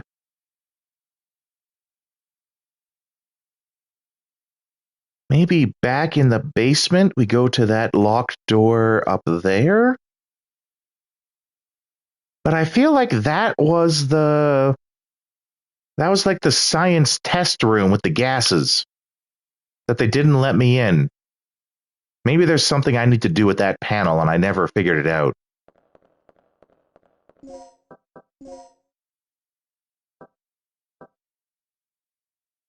To which, by the by, if any of you in the chat do actually know what to do, do not feel bad telling me.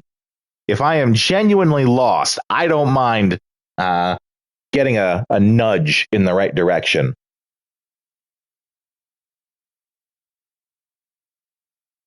It's got to be one of these two locked doors, though. It's got to be.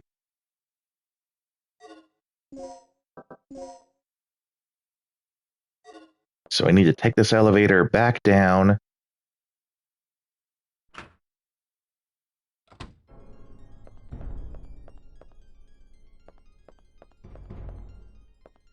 Oh, can I push this? Oh! There's usually items in these when you push them.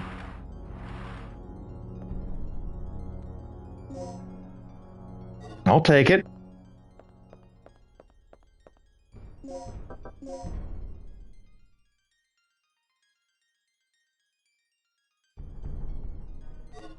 Okay, the elevator.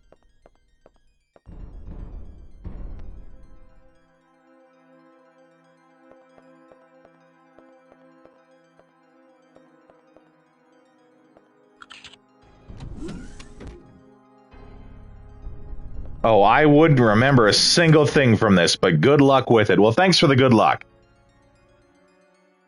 No, I felt the need to specify that. I've seen a lot of people do other streams, and some people are very rigid. To use a polite word, they're very rigid about the backseat gaming. Like, so much so that they got angry at me asking things that I know as a game designer are spoiler-free, and they still got angry at me. Like, there was one guy whose stream I was watching talking about Metaphor ReFantasio, and he's like, I don't want to know anything for it. Super, that's fine, no spoilers, I get it. But to try to figure out how far in the game he is so that I can talk spoiler free, I asked him, have you reached the first main city yet? And he's like, oh, well, that's a spoiler. And I'm like, well, bro, there's gonna be cities. I don't know how you can think that's a spoiler. It's an RPG. You can see the cities from the map. Is it a spoiler to know that there are cities in the game and you'll go to them?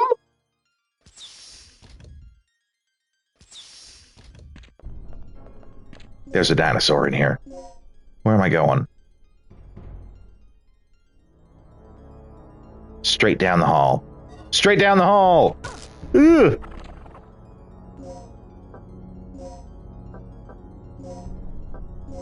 So I felt the need to be sure to let you know that I was okay with it. Because some people are very strange about it.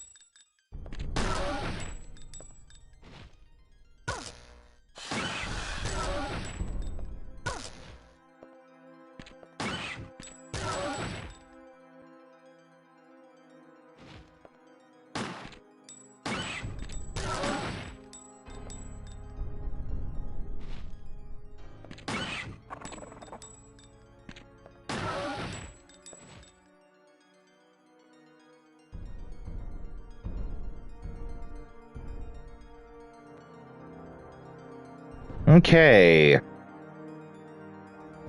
Again, I'm not going to fully repeat it because you can check it in earlier in the stream. But this is another part where I can't see the dinosaur because of the perspective. But because Regina's head doesn't actually turn to notice the dinosaur, that's how I can tell that it's actually dead and not just faking it. If you want a full elaboration on the perspective of video games and why it's important, especially in these games, I talk about it earlier in the stream, so I would check the VOD if you want to actually learn some game design from this. Yes, they do fake it. They'll go down on the floor and just lie there, and if you go past them, they get a free attack on you and then stand up.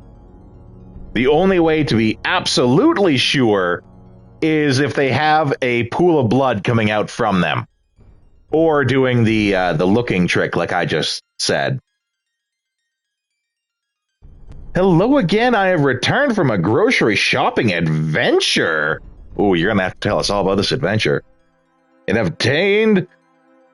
let me do this better here. I have returned from a grocery shopping adventure, and I have obtained a legendary item. Apple cider! Apple cider is pretty epic. Legit. How you doing? I love backseating. Makes it feel like old school couch co-op. Yes, and Disco knows that I am a huge fan of the couch co-op. I invited him in to actually talk on the Discord. I have a Discord, and I have it set up so that in some scenarios, I don't know if I could do it with Dino Crisis. I'd have to check the mechanics of it. But in some of my games, you can come in. We'll chat on the stream together. Do a couch co-op style thing, and we'll play a game together. Disco knows I am all about that. Oh, I love the emotes, Purrington. Word on the street. Word on the street is Moth is making me some emotes. And if that's true, that's pretty kick-ass. I'm excited to get emotes to use. But shh, keep it on the down low. No one's supposed to know.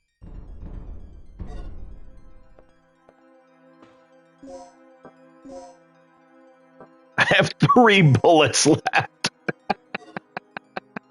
Oh, boy. I think I have quite a bit of shotgun, though, yeah.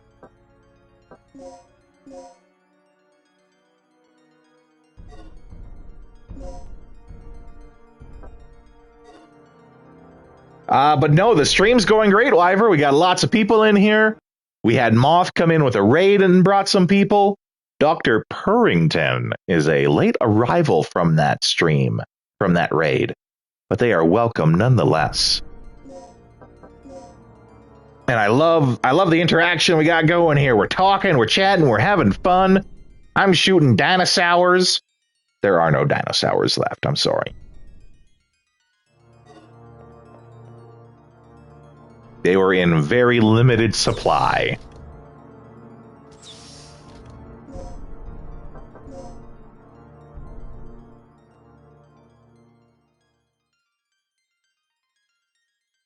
I'd volunteer to make you some stuff, but I've been so busy lately I can't even make my emotes. No, Wyver, you don't have to worry about that. Believe me, I am not mentioning this on the stream so I can try and, like, coax people into giving me free stuff. I'm saying it because Moth is awesome for doing it in the first place. And you show up here in record time to make sure my viewer count goes up on the stream. That's already got you going at 100%, man. You're great. Don't even.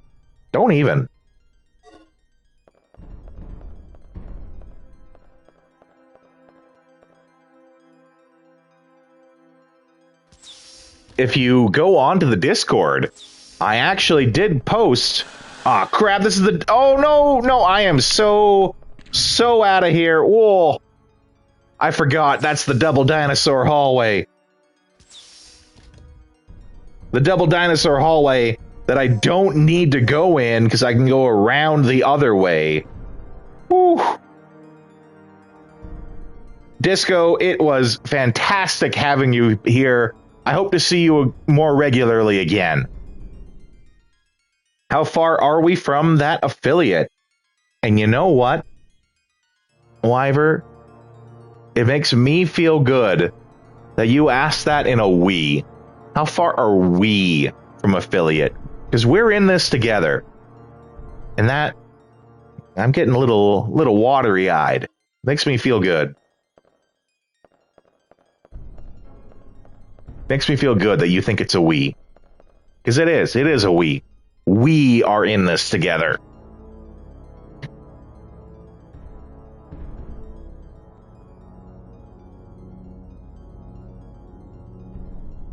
Same! I'll have to dip as well, but good meeting you and have a good day. Purrington, I hope to see you more often. It's a pleasure having you here. Come back again. You can join us in the Wii. I'd love to have you join us in the Wii. Wee! Yeah, wee! Great emote you have there, too. I love it. But yes, I posted in the Discord the update.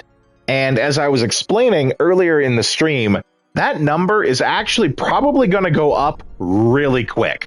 Because how the averaging works is it's an average of 30 days. So every day it chops off an old day to add a new day in for the average. But those older streams, there was lots of streams where I had a 0 viewer count. So it's kicking out 0 viewer count streams for these new ones, like today, where we had I think we had up to 9 people in here today. So it's kicking out the old zeros while adding in new high numbers. I suspect that viewer count is going to go up rapidly from here. And it's thanks to you guys. I want to be very clear on that. Thank you. Okay. I got a game to play, though. Okay, that's not what I use there. I thought it might be, because it really seems like it's one of the keys for this. We have a C, we have an A. Is this also an A? That also looks like an A. Hard to tell because it's so pixelated, but... Keycard L. A keycard that can unlock an electronic lock. The letter L is carved into the card. Okay. Do you have any plans on what to do with channel points once you get them? Wyver, that has been all I've been thinking about lately. No joke. I've been asking Cobalt Sprig, my friend who does this professionally, been asking her what to do. I've been thinking about it. Definitely what's going to be on there, though, is the ability to redeem. I think I'm going to call the currency dollary dues. Redeem your dollary dues to request a voice line, much like how we did earlier. I think I'm going to do it in a tier system of, like, request a character, and for, like, 1,000 points, you can get one line done, and then for, like, 3,000 points, it's 2 to 4 lines done, that kind of deal. Definitely going to do that. I did do a posting of Sheriff Snorlax. I have a video set up for being able to summon Sheriff Snorlax into the stream. I know my personal favorite from other streamers, though they're VTubers, so I don't know if it'll work the same, is when you get to throw stuff at them. That's always my personal favorite. I think Doug has dollary dues on his channel points. Who is Doug? I've never heard of Doug.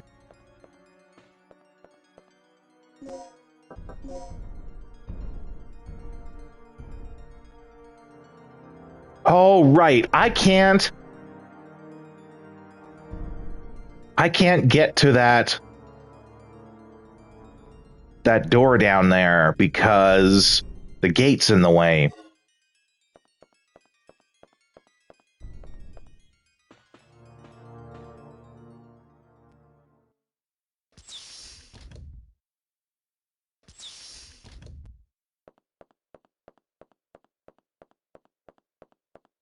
But okay, I'm here. Just set up a physical item launcher in real life. Yeah, right? Load up a catapult and you get to pay for what gets put into it. Catapult, my favorite mode of transportation.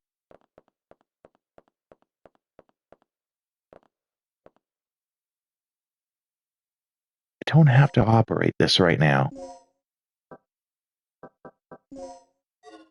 Keycard L? No.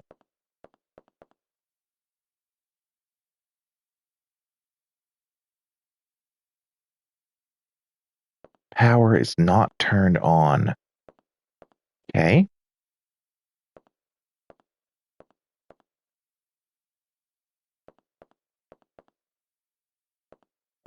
So I feel like I got to get power to this computer somehow.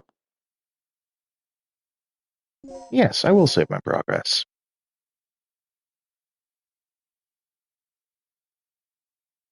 Yeah, I don't know how quite like throwing something will work because I'm a live streamer. What you could is set up LED strips and make them change color with redeems. Okay. I feel like it's a good idea. Springboarding from that idea, I feel like it'd be better off if I had it set up so that you could pay to get different overlays going on with the stream. That's something I could more easily set up. I do think, though, that the Discord has a channel where you can actually suggest some of this stuff. So if any of you have any ideas, you feel free to share them. Because I'm at that point where I'm looking into it now. The voice redemption is definitely going to be a thing. I keep saving again and again.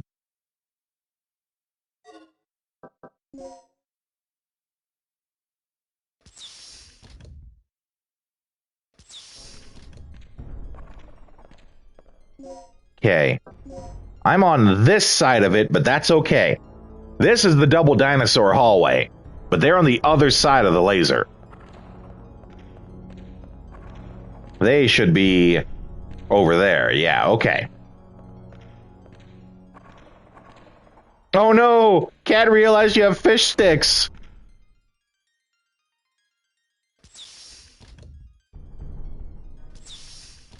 I actually picked up some chicken strips the other day. Though it came because I ordered chicken nuggets and they were apparently all out, and they think chicken strips are the same thing.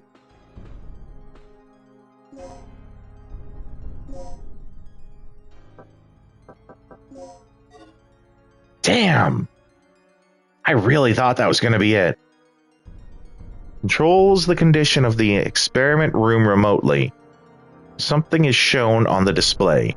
Lock code 7248. Okay.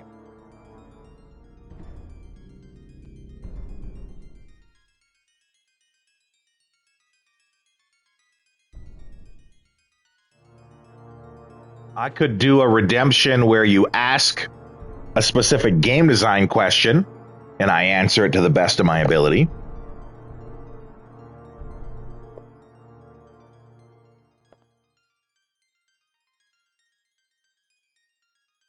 My cat really likes fish, but he's allergic to it. That makes me think of in the animated series Archer with Pam. She's allergic to shellfish, but they have like unlimited shellfish on this blimp that they're on. So she's just mowing them down as fast as she can, and you can see her face blowing up. And she wants to eat as absolute much as she can before she uses her EpiPen to save her.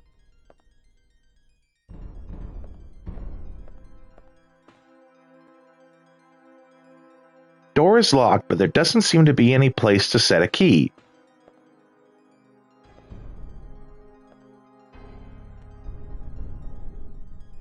Minute books and files. Okay.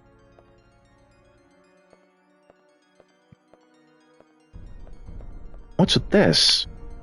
That's nothing. That's just something on the wall.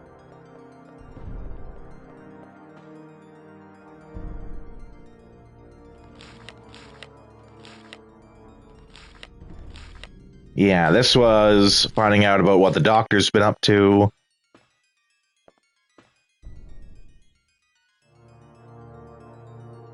Lock code 7248.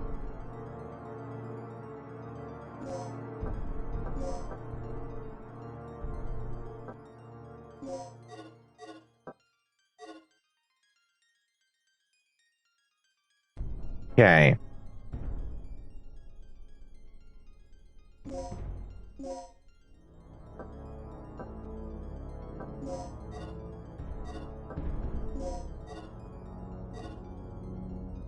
I think I need to find where to use this DDK Disc E, but that's what I can't find.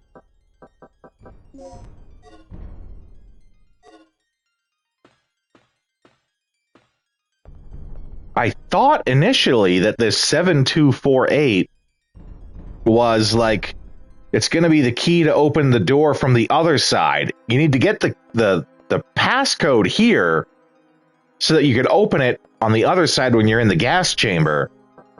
But there is no entrance into that gas chamber.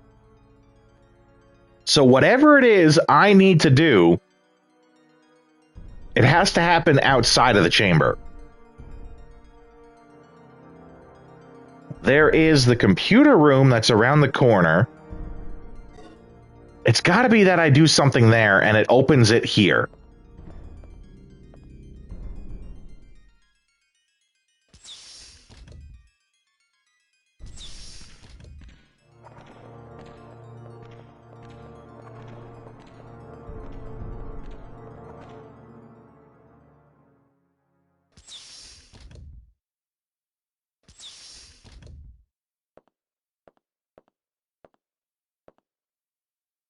And I know it's going to tell me I don't need to do this.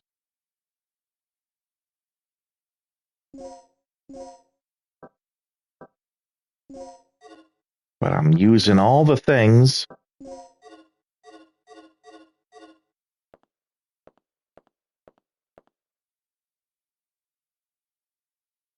Power is not turned on.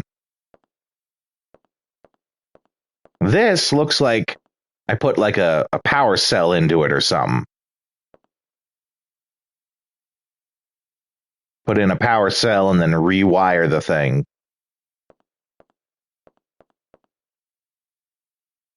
Oh, but this terminal's on. Okay.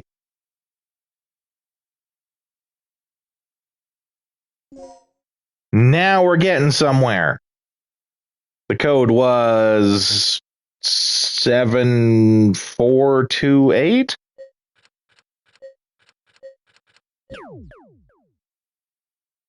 Seven two four eight.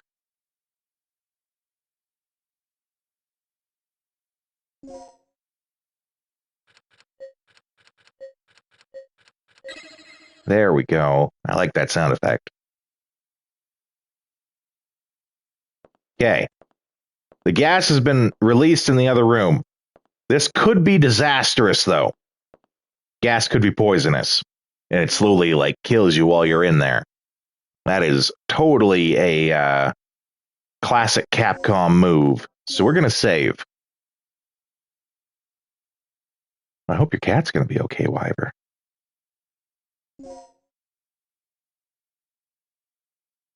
I'm not much of a cat person myself, but I can appreciate still that people have their pets that they love.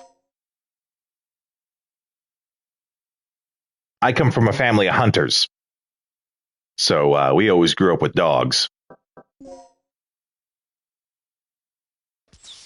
Usually black labs, as my father would train them to fetch ducks for when he goes duck hunting. Which, yes, is exactly like the video game. He shoots down the ducks and the dog goes chasing after it. Specially trains them so that they only grab the duck by the neck and they don't, like, bite into the body and ruin the meat.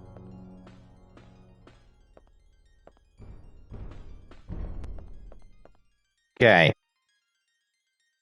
I'm going to make a note in the chat here about the gases just to help me out.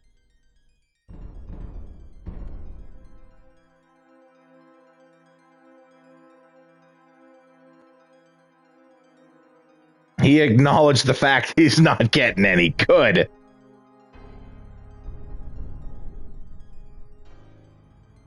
So red.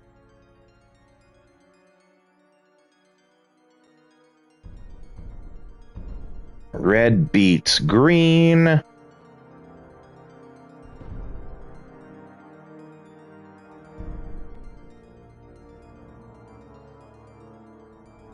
Blue beats orange.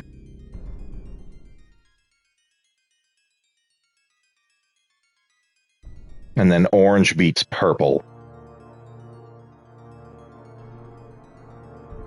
If I remember right. Green beats purple. Okay. See, this is why I note this stuff.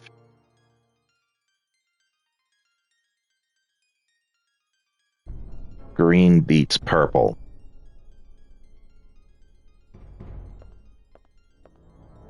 And I need to get it under 30.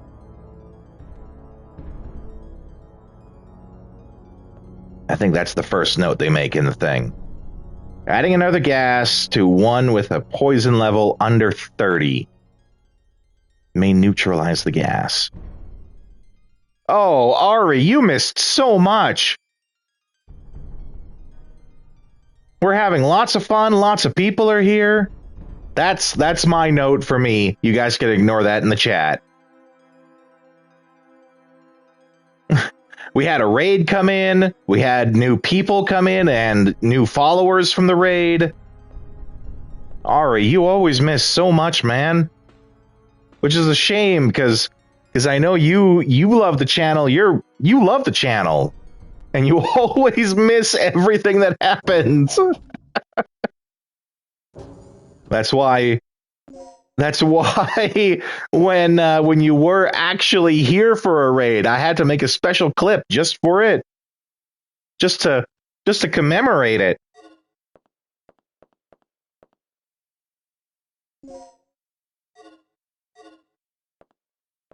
We are talking more Hey, there's someone in there. And they're actually moving. I thought they'd be dead.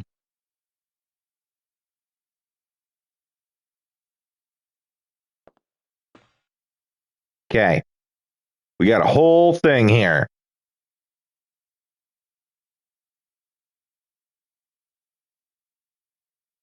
Okay, this gas is purple.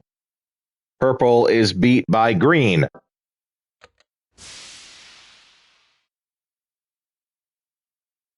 It's still purple, so we go green. Green?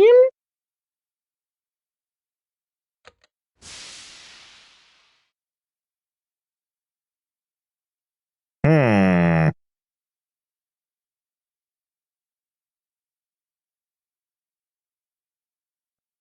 Oh, maybe it's the gas in the room, not the color of the bar. In which case, if it's orange, if that's supposed to be orange, I go blue. Yeah, okay, there we go. Oh, and it's going to like alternate. Okay. We got this now. So now that it's green, we go red. Uh-oh. Now that it's... Uh-oh. We go blue.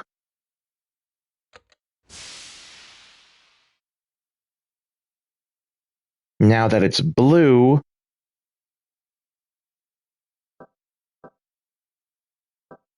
we go green? Okay. Now that it's green, we go red. No! This poor guy is suffering.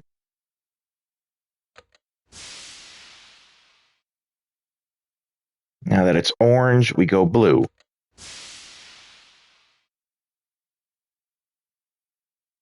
Now that it's green, but I've been doing this before, and I keep wanting to say green to red, but then it skyrockets up. Oh my god, this poor guy. Now that it's blue,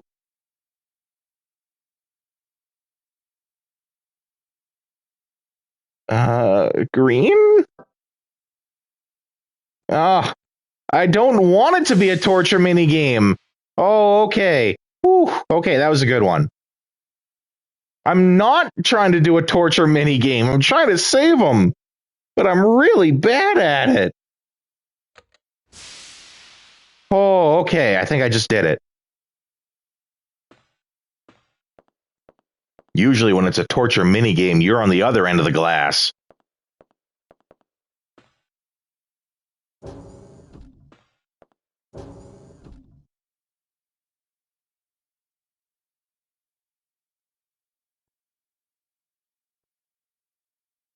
I was making some tea and talked with a friend. Couldn't sleep last night after watching a horror movie. What movie did you watch? I love horror movies.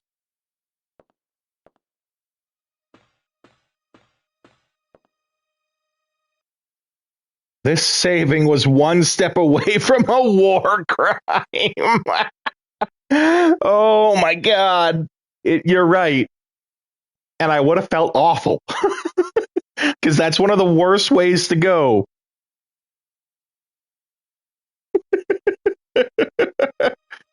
No war crimes here today, folks. We are against that. Fervently. What are you talking about? What are you planning, Kirk? I'm here with the Oh, Terrifier's great. Here. This will give you access to his personal. Wyver is right, though. That bar got pretty high up on the poison level. Oh, man. 3695 is handwritten on this key. Oh, and it's the basement 1 key chip. Okay. Gonna write that in the chat for me. 3695. Basement 1.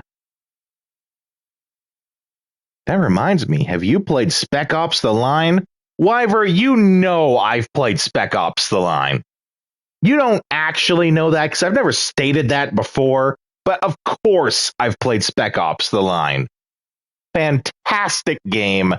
Like everyone else prior to the reviews, I was also tricked into thinking that it would be just another generic military shooter and had my mind blown at the revelation of the game.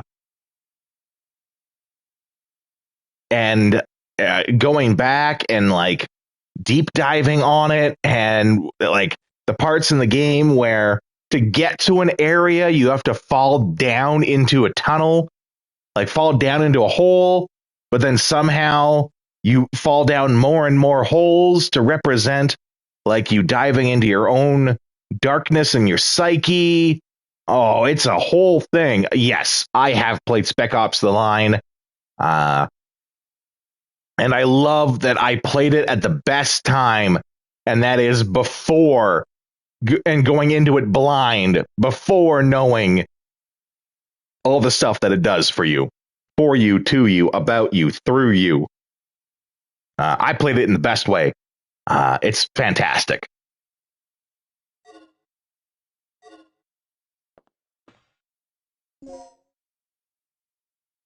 The words emergency case are carved into it, into this small-sized key. Well, I'm glad I checked the body. Remember, folks, always loot the corpses. And, okay. I was worried that, worried about that. That's bad, too. I still don't know if I'm supposed to do anything when danger comes on.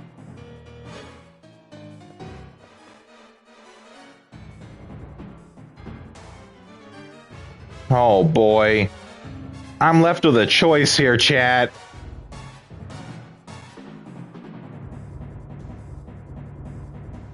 No.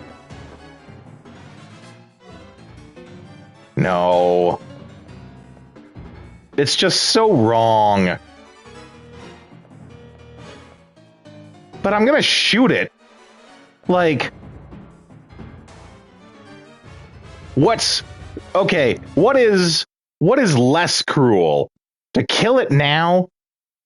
Or to let it slowly starve in there?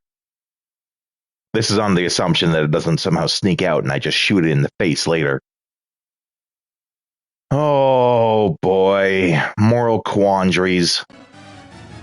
We're gonna kill it.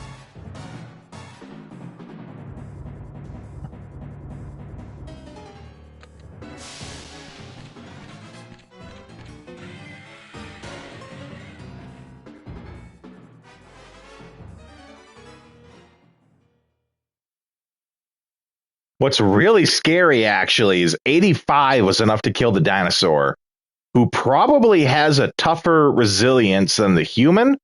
I was really close to that 85 earlier.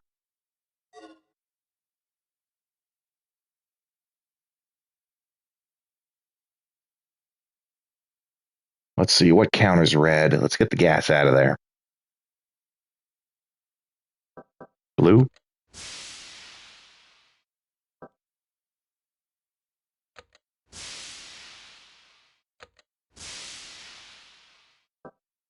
Now it's just going to be full forever.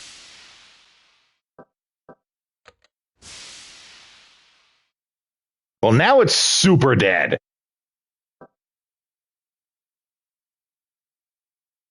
If it was faking it before, it's not going to make it out now.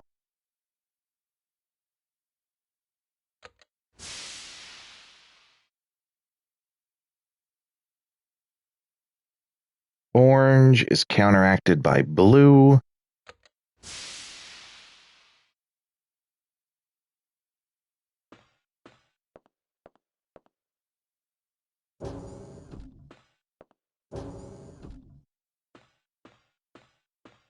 It's dead, Jim.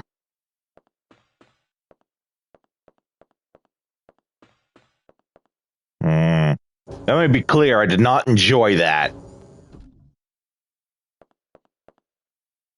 Only reason I did it was because it seemed less cruel than leaving it in there to starve. Like, I'm sure it would eat the dead body, but it would still eventually starve.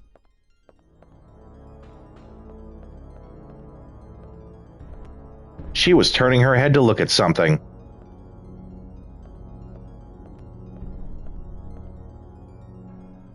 Was she? No. That's just normal head bob. It's drastically different from any Call of Duty games where basically an American farmer saves the world. Yeah. In fact, with how excited we're getting about it and the nature of it, it's probably best if we intentionally stay vague on exact descriptions about Spec Ops: The Line.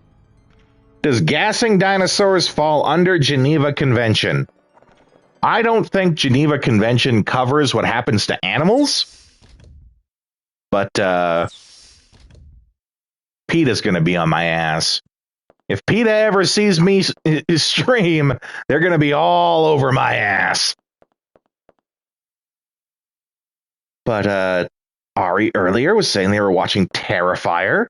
Terrifier is adequately terrifying.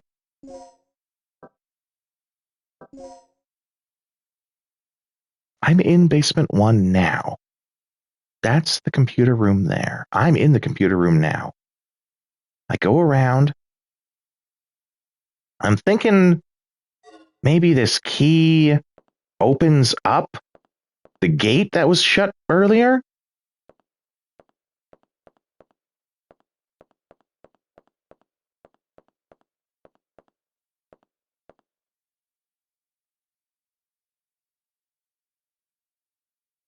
Yeah, there's nothing to do with that.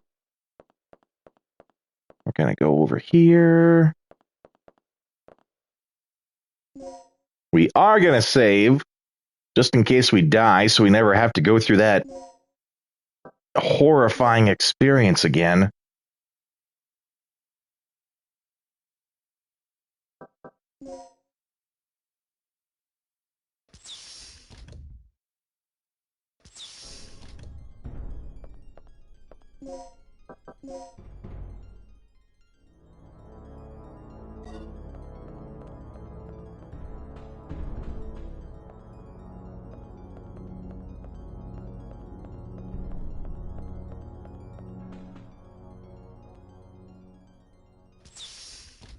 I hope I don't have to gas any more dinosaurs. It was rough enough the first time. Okay, what about this? This is what I'm thinking. Okay, it does nothing, but what if...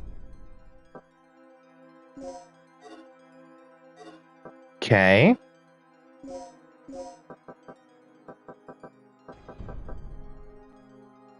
Unlocks the library room cell.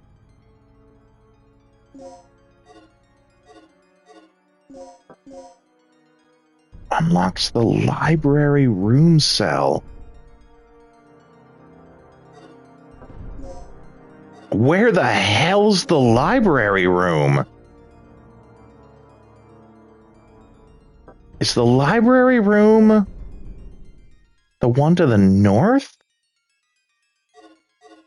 That had all the lockers in it?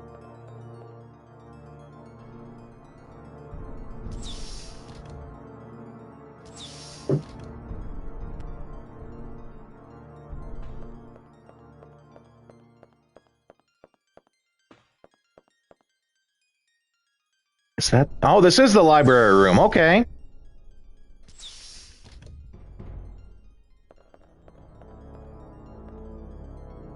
And it had the code on it.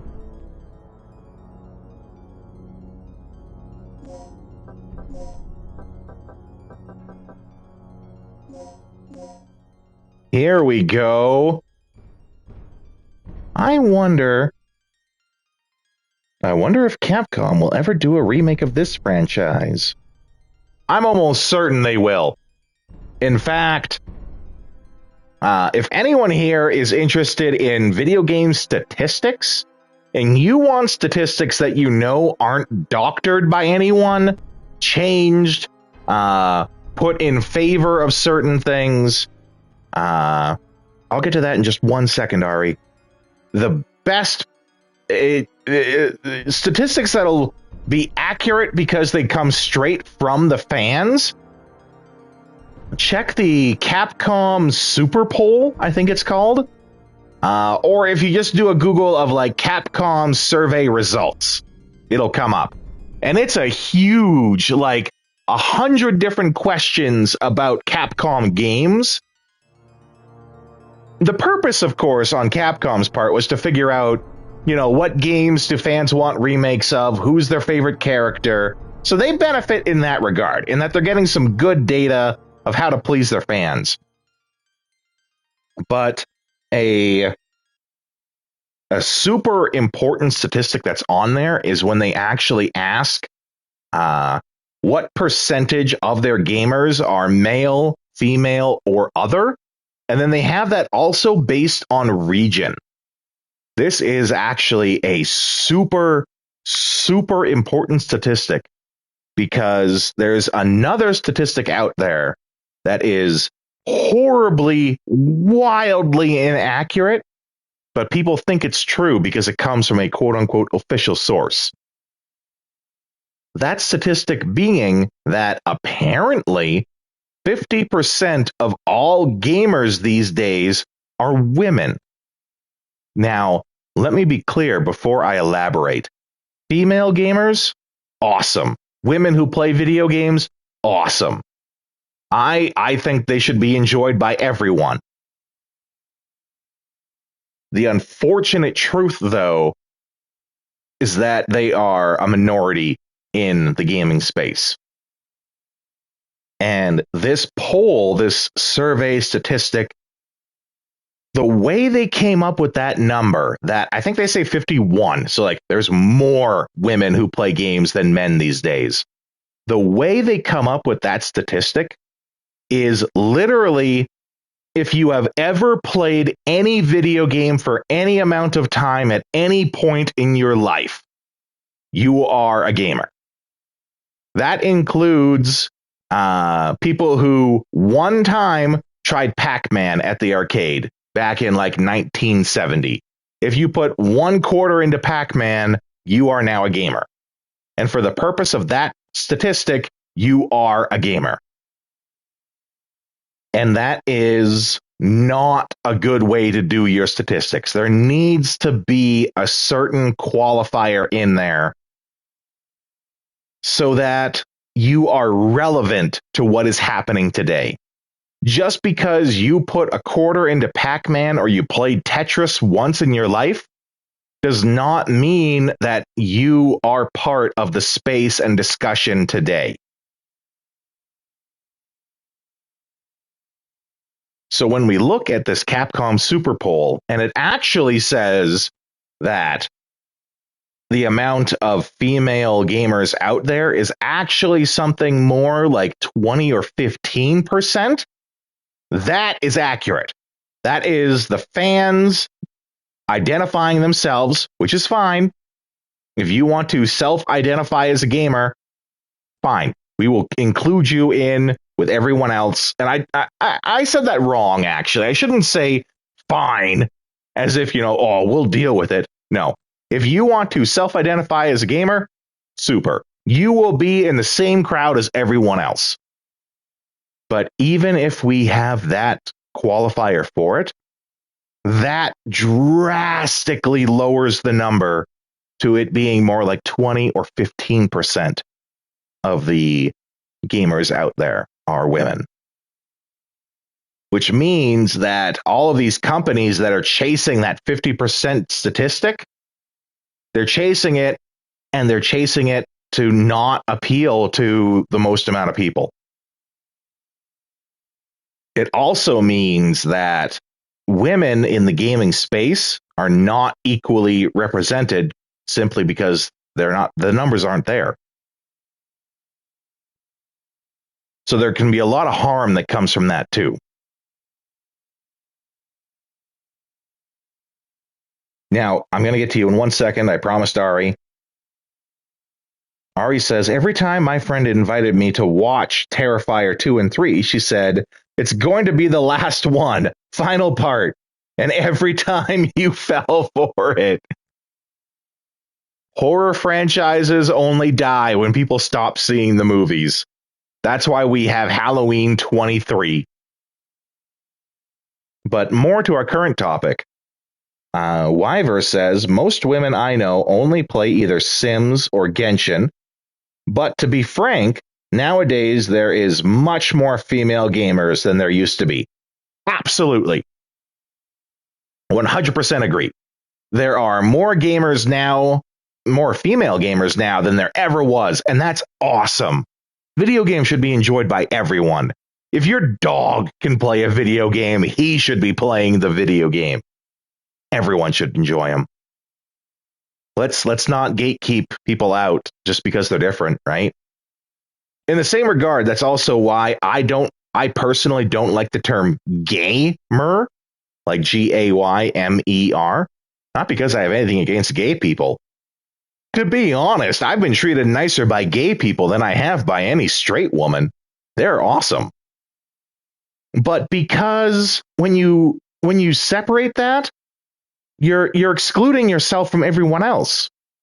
Why can't we all just be gamers? Why can't we be friends? Why can't we be friends?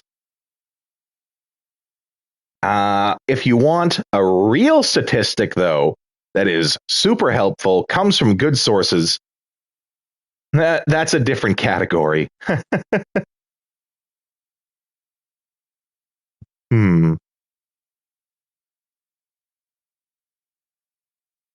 If you want a real statistic that is actually helpful, and I have some charts and stuff that help prove this with the real hard numbers, and I share it in my class when I teach. More women play RPGs than men. And there's a lot of good reason for that, such as, and these are generally speaking, of course, if this doesn't fit you as a female or as a woman or whatever, that's perfectly fine. We're speaking in a general sense here. It's because a lot of women are coming to video games not to fulfill power fantasy, because power fantasy is very much a male thing, but because they want good stories. They want to see characters who develop. They also want to be part of a community. They like the social aspect that comes from video games. So the fact that they play RPGs because they want a good story delivered to them makes absolute sense. And that's a useful statistic for trying to figure out how you're going to make your RPG. Because you know who the majority of your audience is. That does not mean that you should cater exclusively to them. But it's good to know who's playing your game so that you can deliver on themes and things that they will enjoy. But remember, don't exclude things that other people will enjoy as well. Okay. I'm super glad that we have all this game design talk today. I love it. But we have a game to play here. Oh, God. What do I rewrite it as? I know the code that's on it. 3695.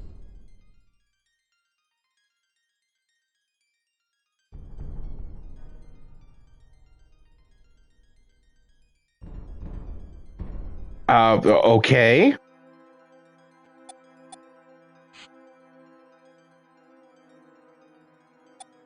Okay, I see.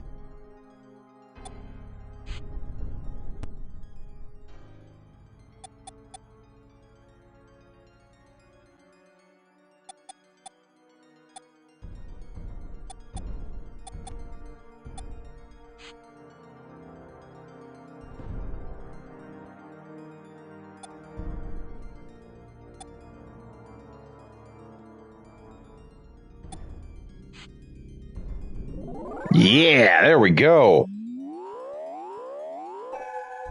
Gotta drink more coffee. I'm getting dry mouth from all this talking.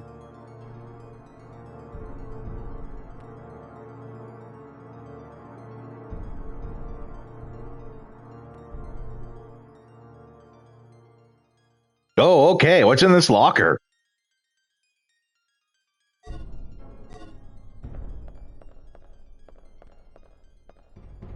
Oh, wait.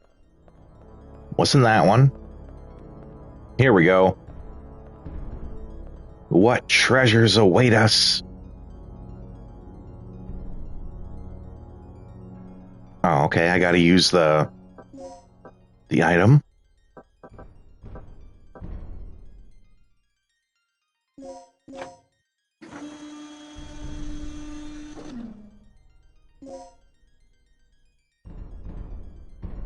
The letter R is engraved into the card. Okay, I have keycard R. R. Okay, there's a memo. Of course, I will read it.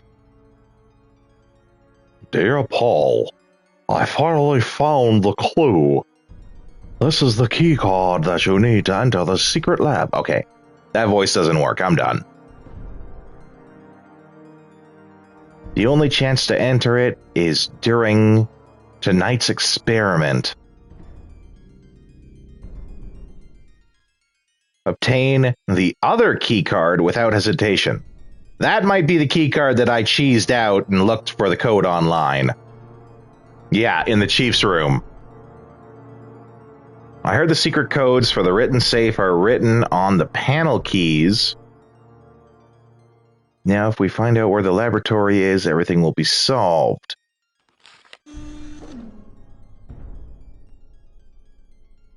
Okay, so I have key L and I have key R.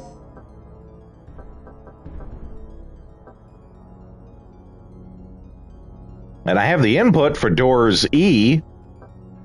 And I have a small key. And it all rhymed, so you must believe me. Emergency case are carved into it.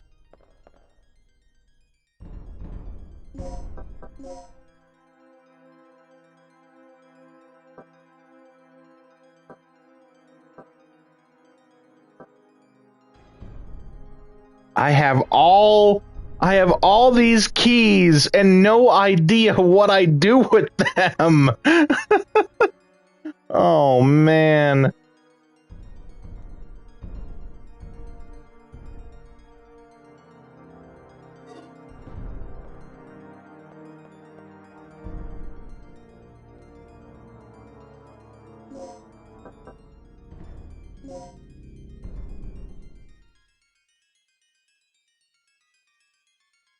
I'm pretty sure I'm done.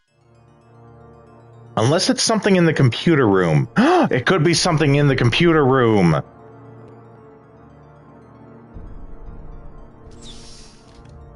I have an idea. I could be wildly. Oh, nope. That's the nope door. That's a big 10 nope there, partner.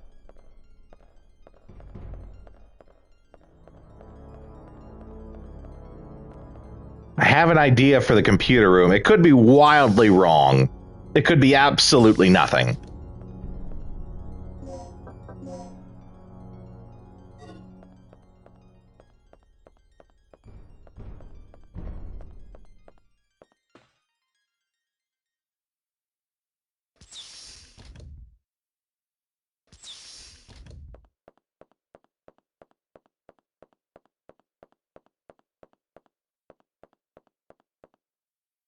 What is this? Aha! I knew it! Huh? And I just knew that off memory of like, there's this thing here and it has panels on either side of it. Oh. Okay, I gotta better double check before I start singing about it. I will need assistance. Oh, yes, let's call Gail. Oh, yeah. I finally made it to the entrance of the doctor's lab. Good work. The door looks like it needs 2 people working in tandem to unlock it. Sit tight. I'll be right there. I can't believe I figured that out off memory. So, what's our status? Not even important memory, just like Ready? glancing at the wall casually memory. Okay, on 3. 1, 2, 3. Huh. Okay, you judo chop your keycard and I'll judo chop my keycard at the same time. You're all clear. Let's go. Do a 360 spin to celebrate. Save by leaving the room. Which, yes, means I will be immediately coming back into the room.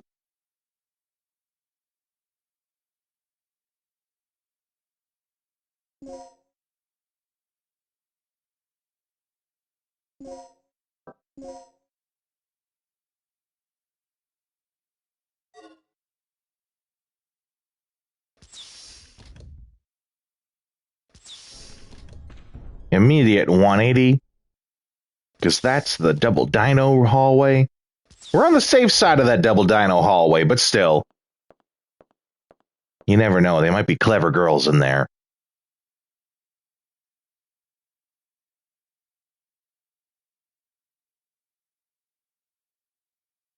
Oh, and then is this E? Okay.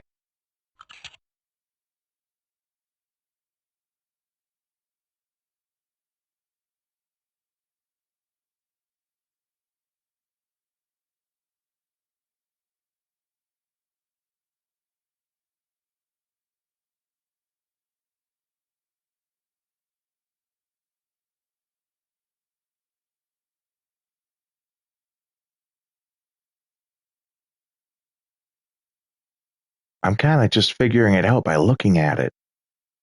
The third.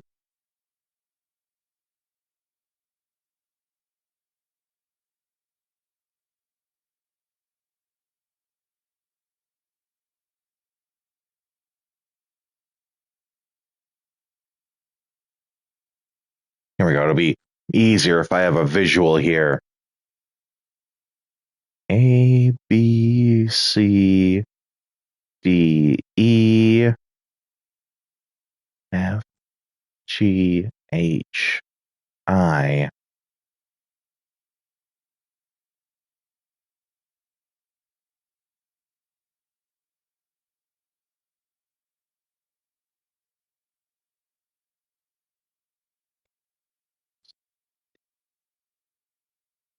Yeah. Yeah, okay, that's right.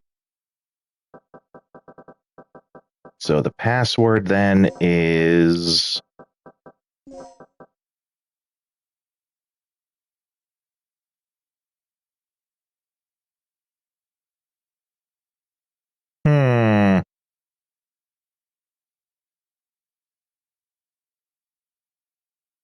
No, that can't be right.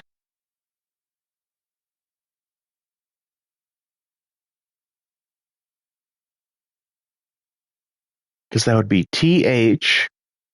We don't do E. TH.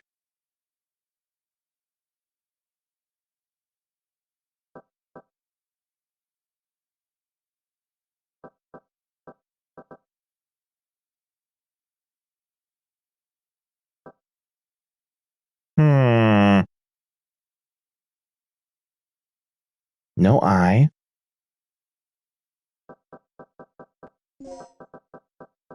RD. No, not D. TH. THR.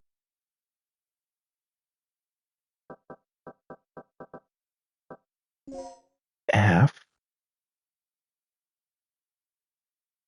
This can't be it. I must be wildly wrong.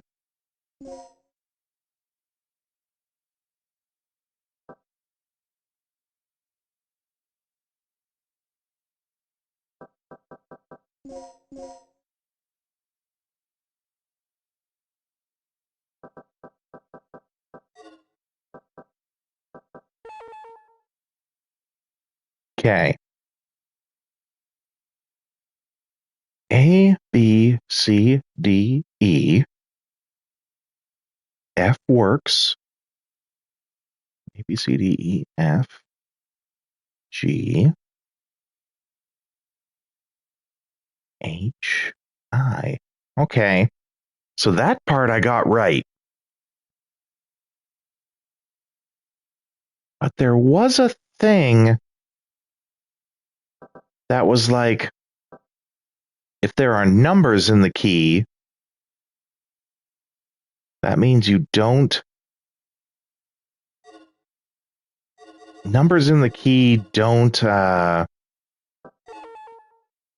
was in this file right here. Let's just read it.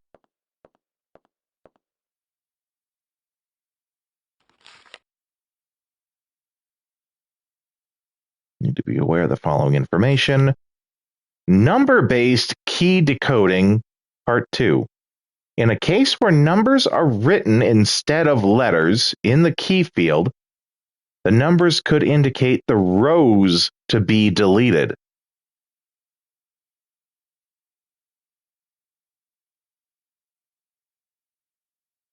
Rows, not columns.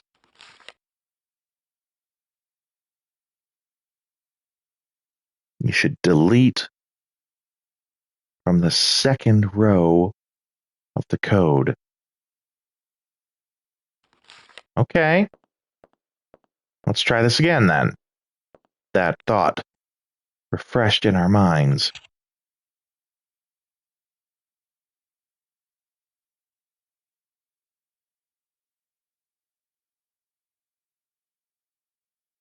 See, I'm thinking that they're getting rows and columns mixed up. Or maybe I am. I'm only human. I make mistakes.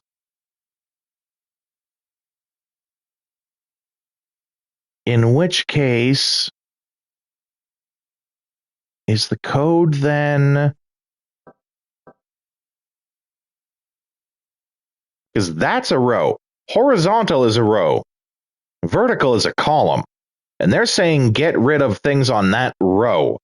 In which case, there's only 4 rows. So unless the keys are sideways, they're getting it mixed up. In which case, that means the code is E, N, E. That's supposed to be E, E, N, E. Nothing, nothing. The code is energy. Yeah, okay. So they're getting their rows and their columns mixed up.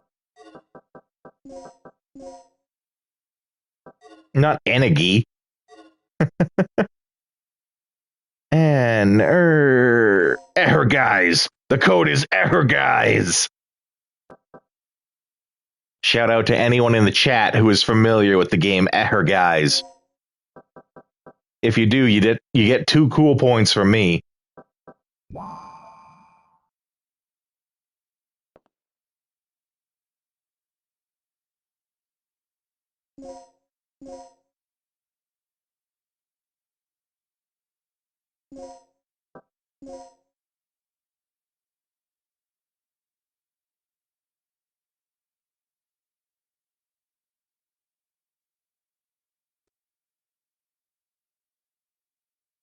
Okay.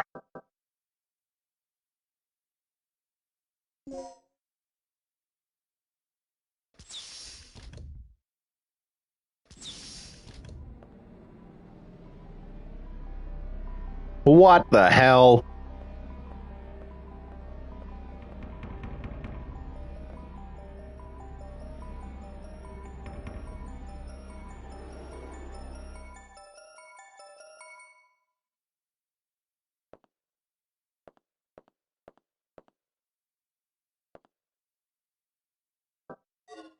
Let's loot the room first.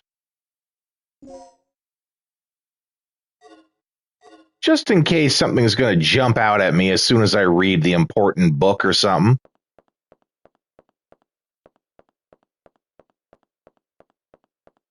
You know, I want to have my my bullets for when that happens. I love the Scooby-Doo logic here, that much like in the old Scooby-Doo cartoons, because the item was in a different shade than the background, I could tell that it could be moved. Much like how in those old cartoons, the backgrounds were in deeper shades than the foregrounds. Oh, okay. Shotgun stock, that's fun.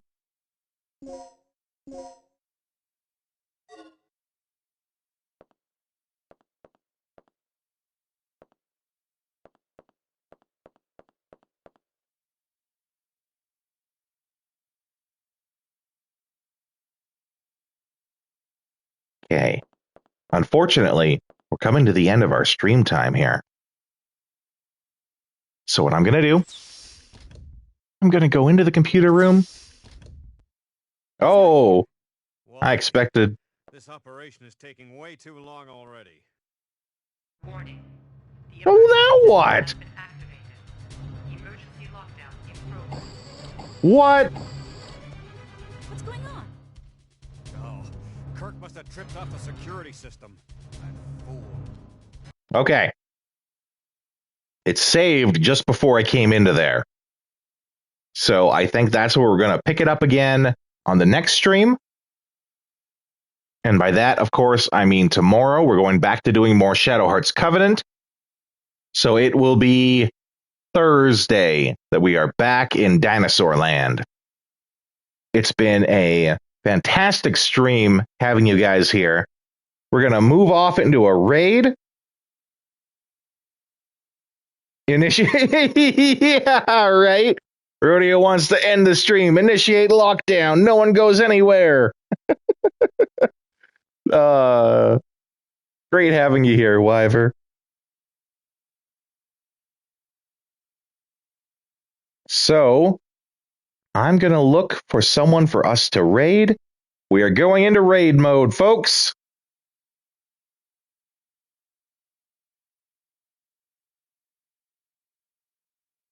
It has been spectacular having you here.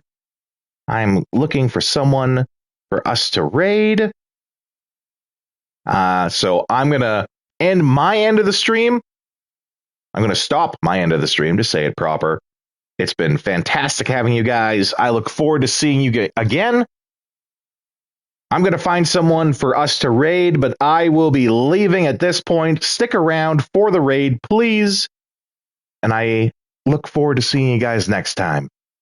Thanks for coming.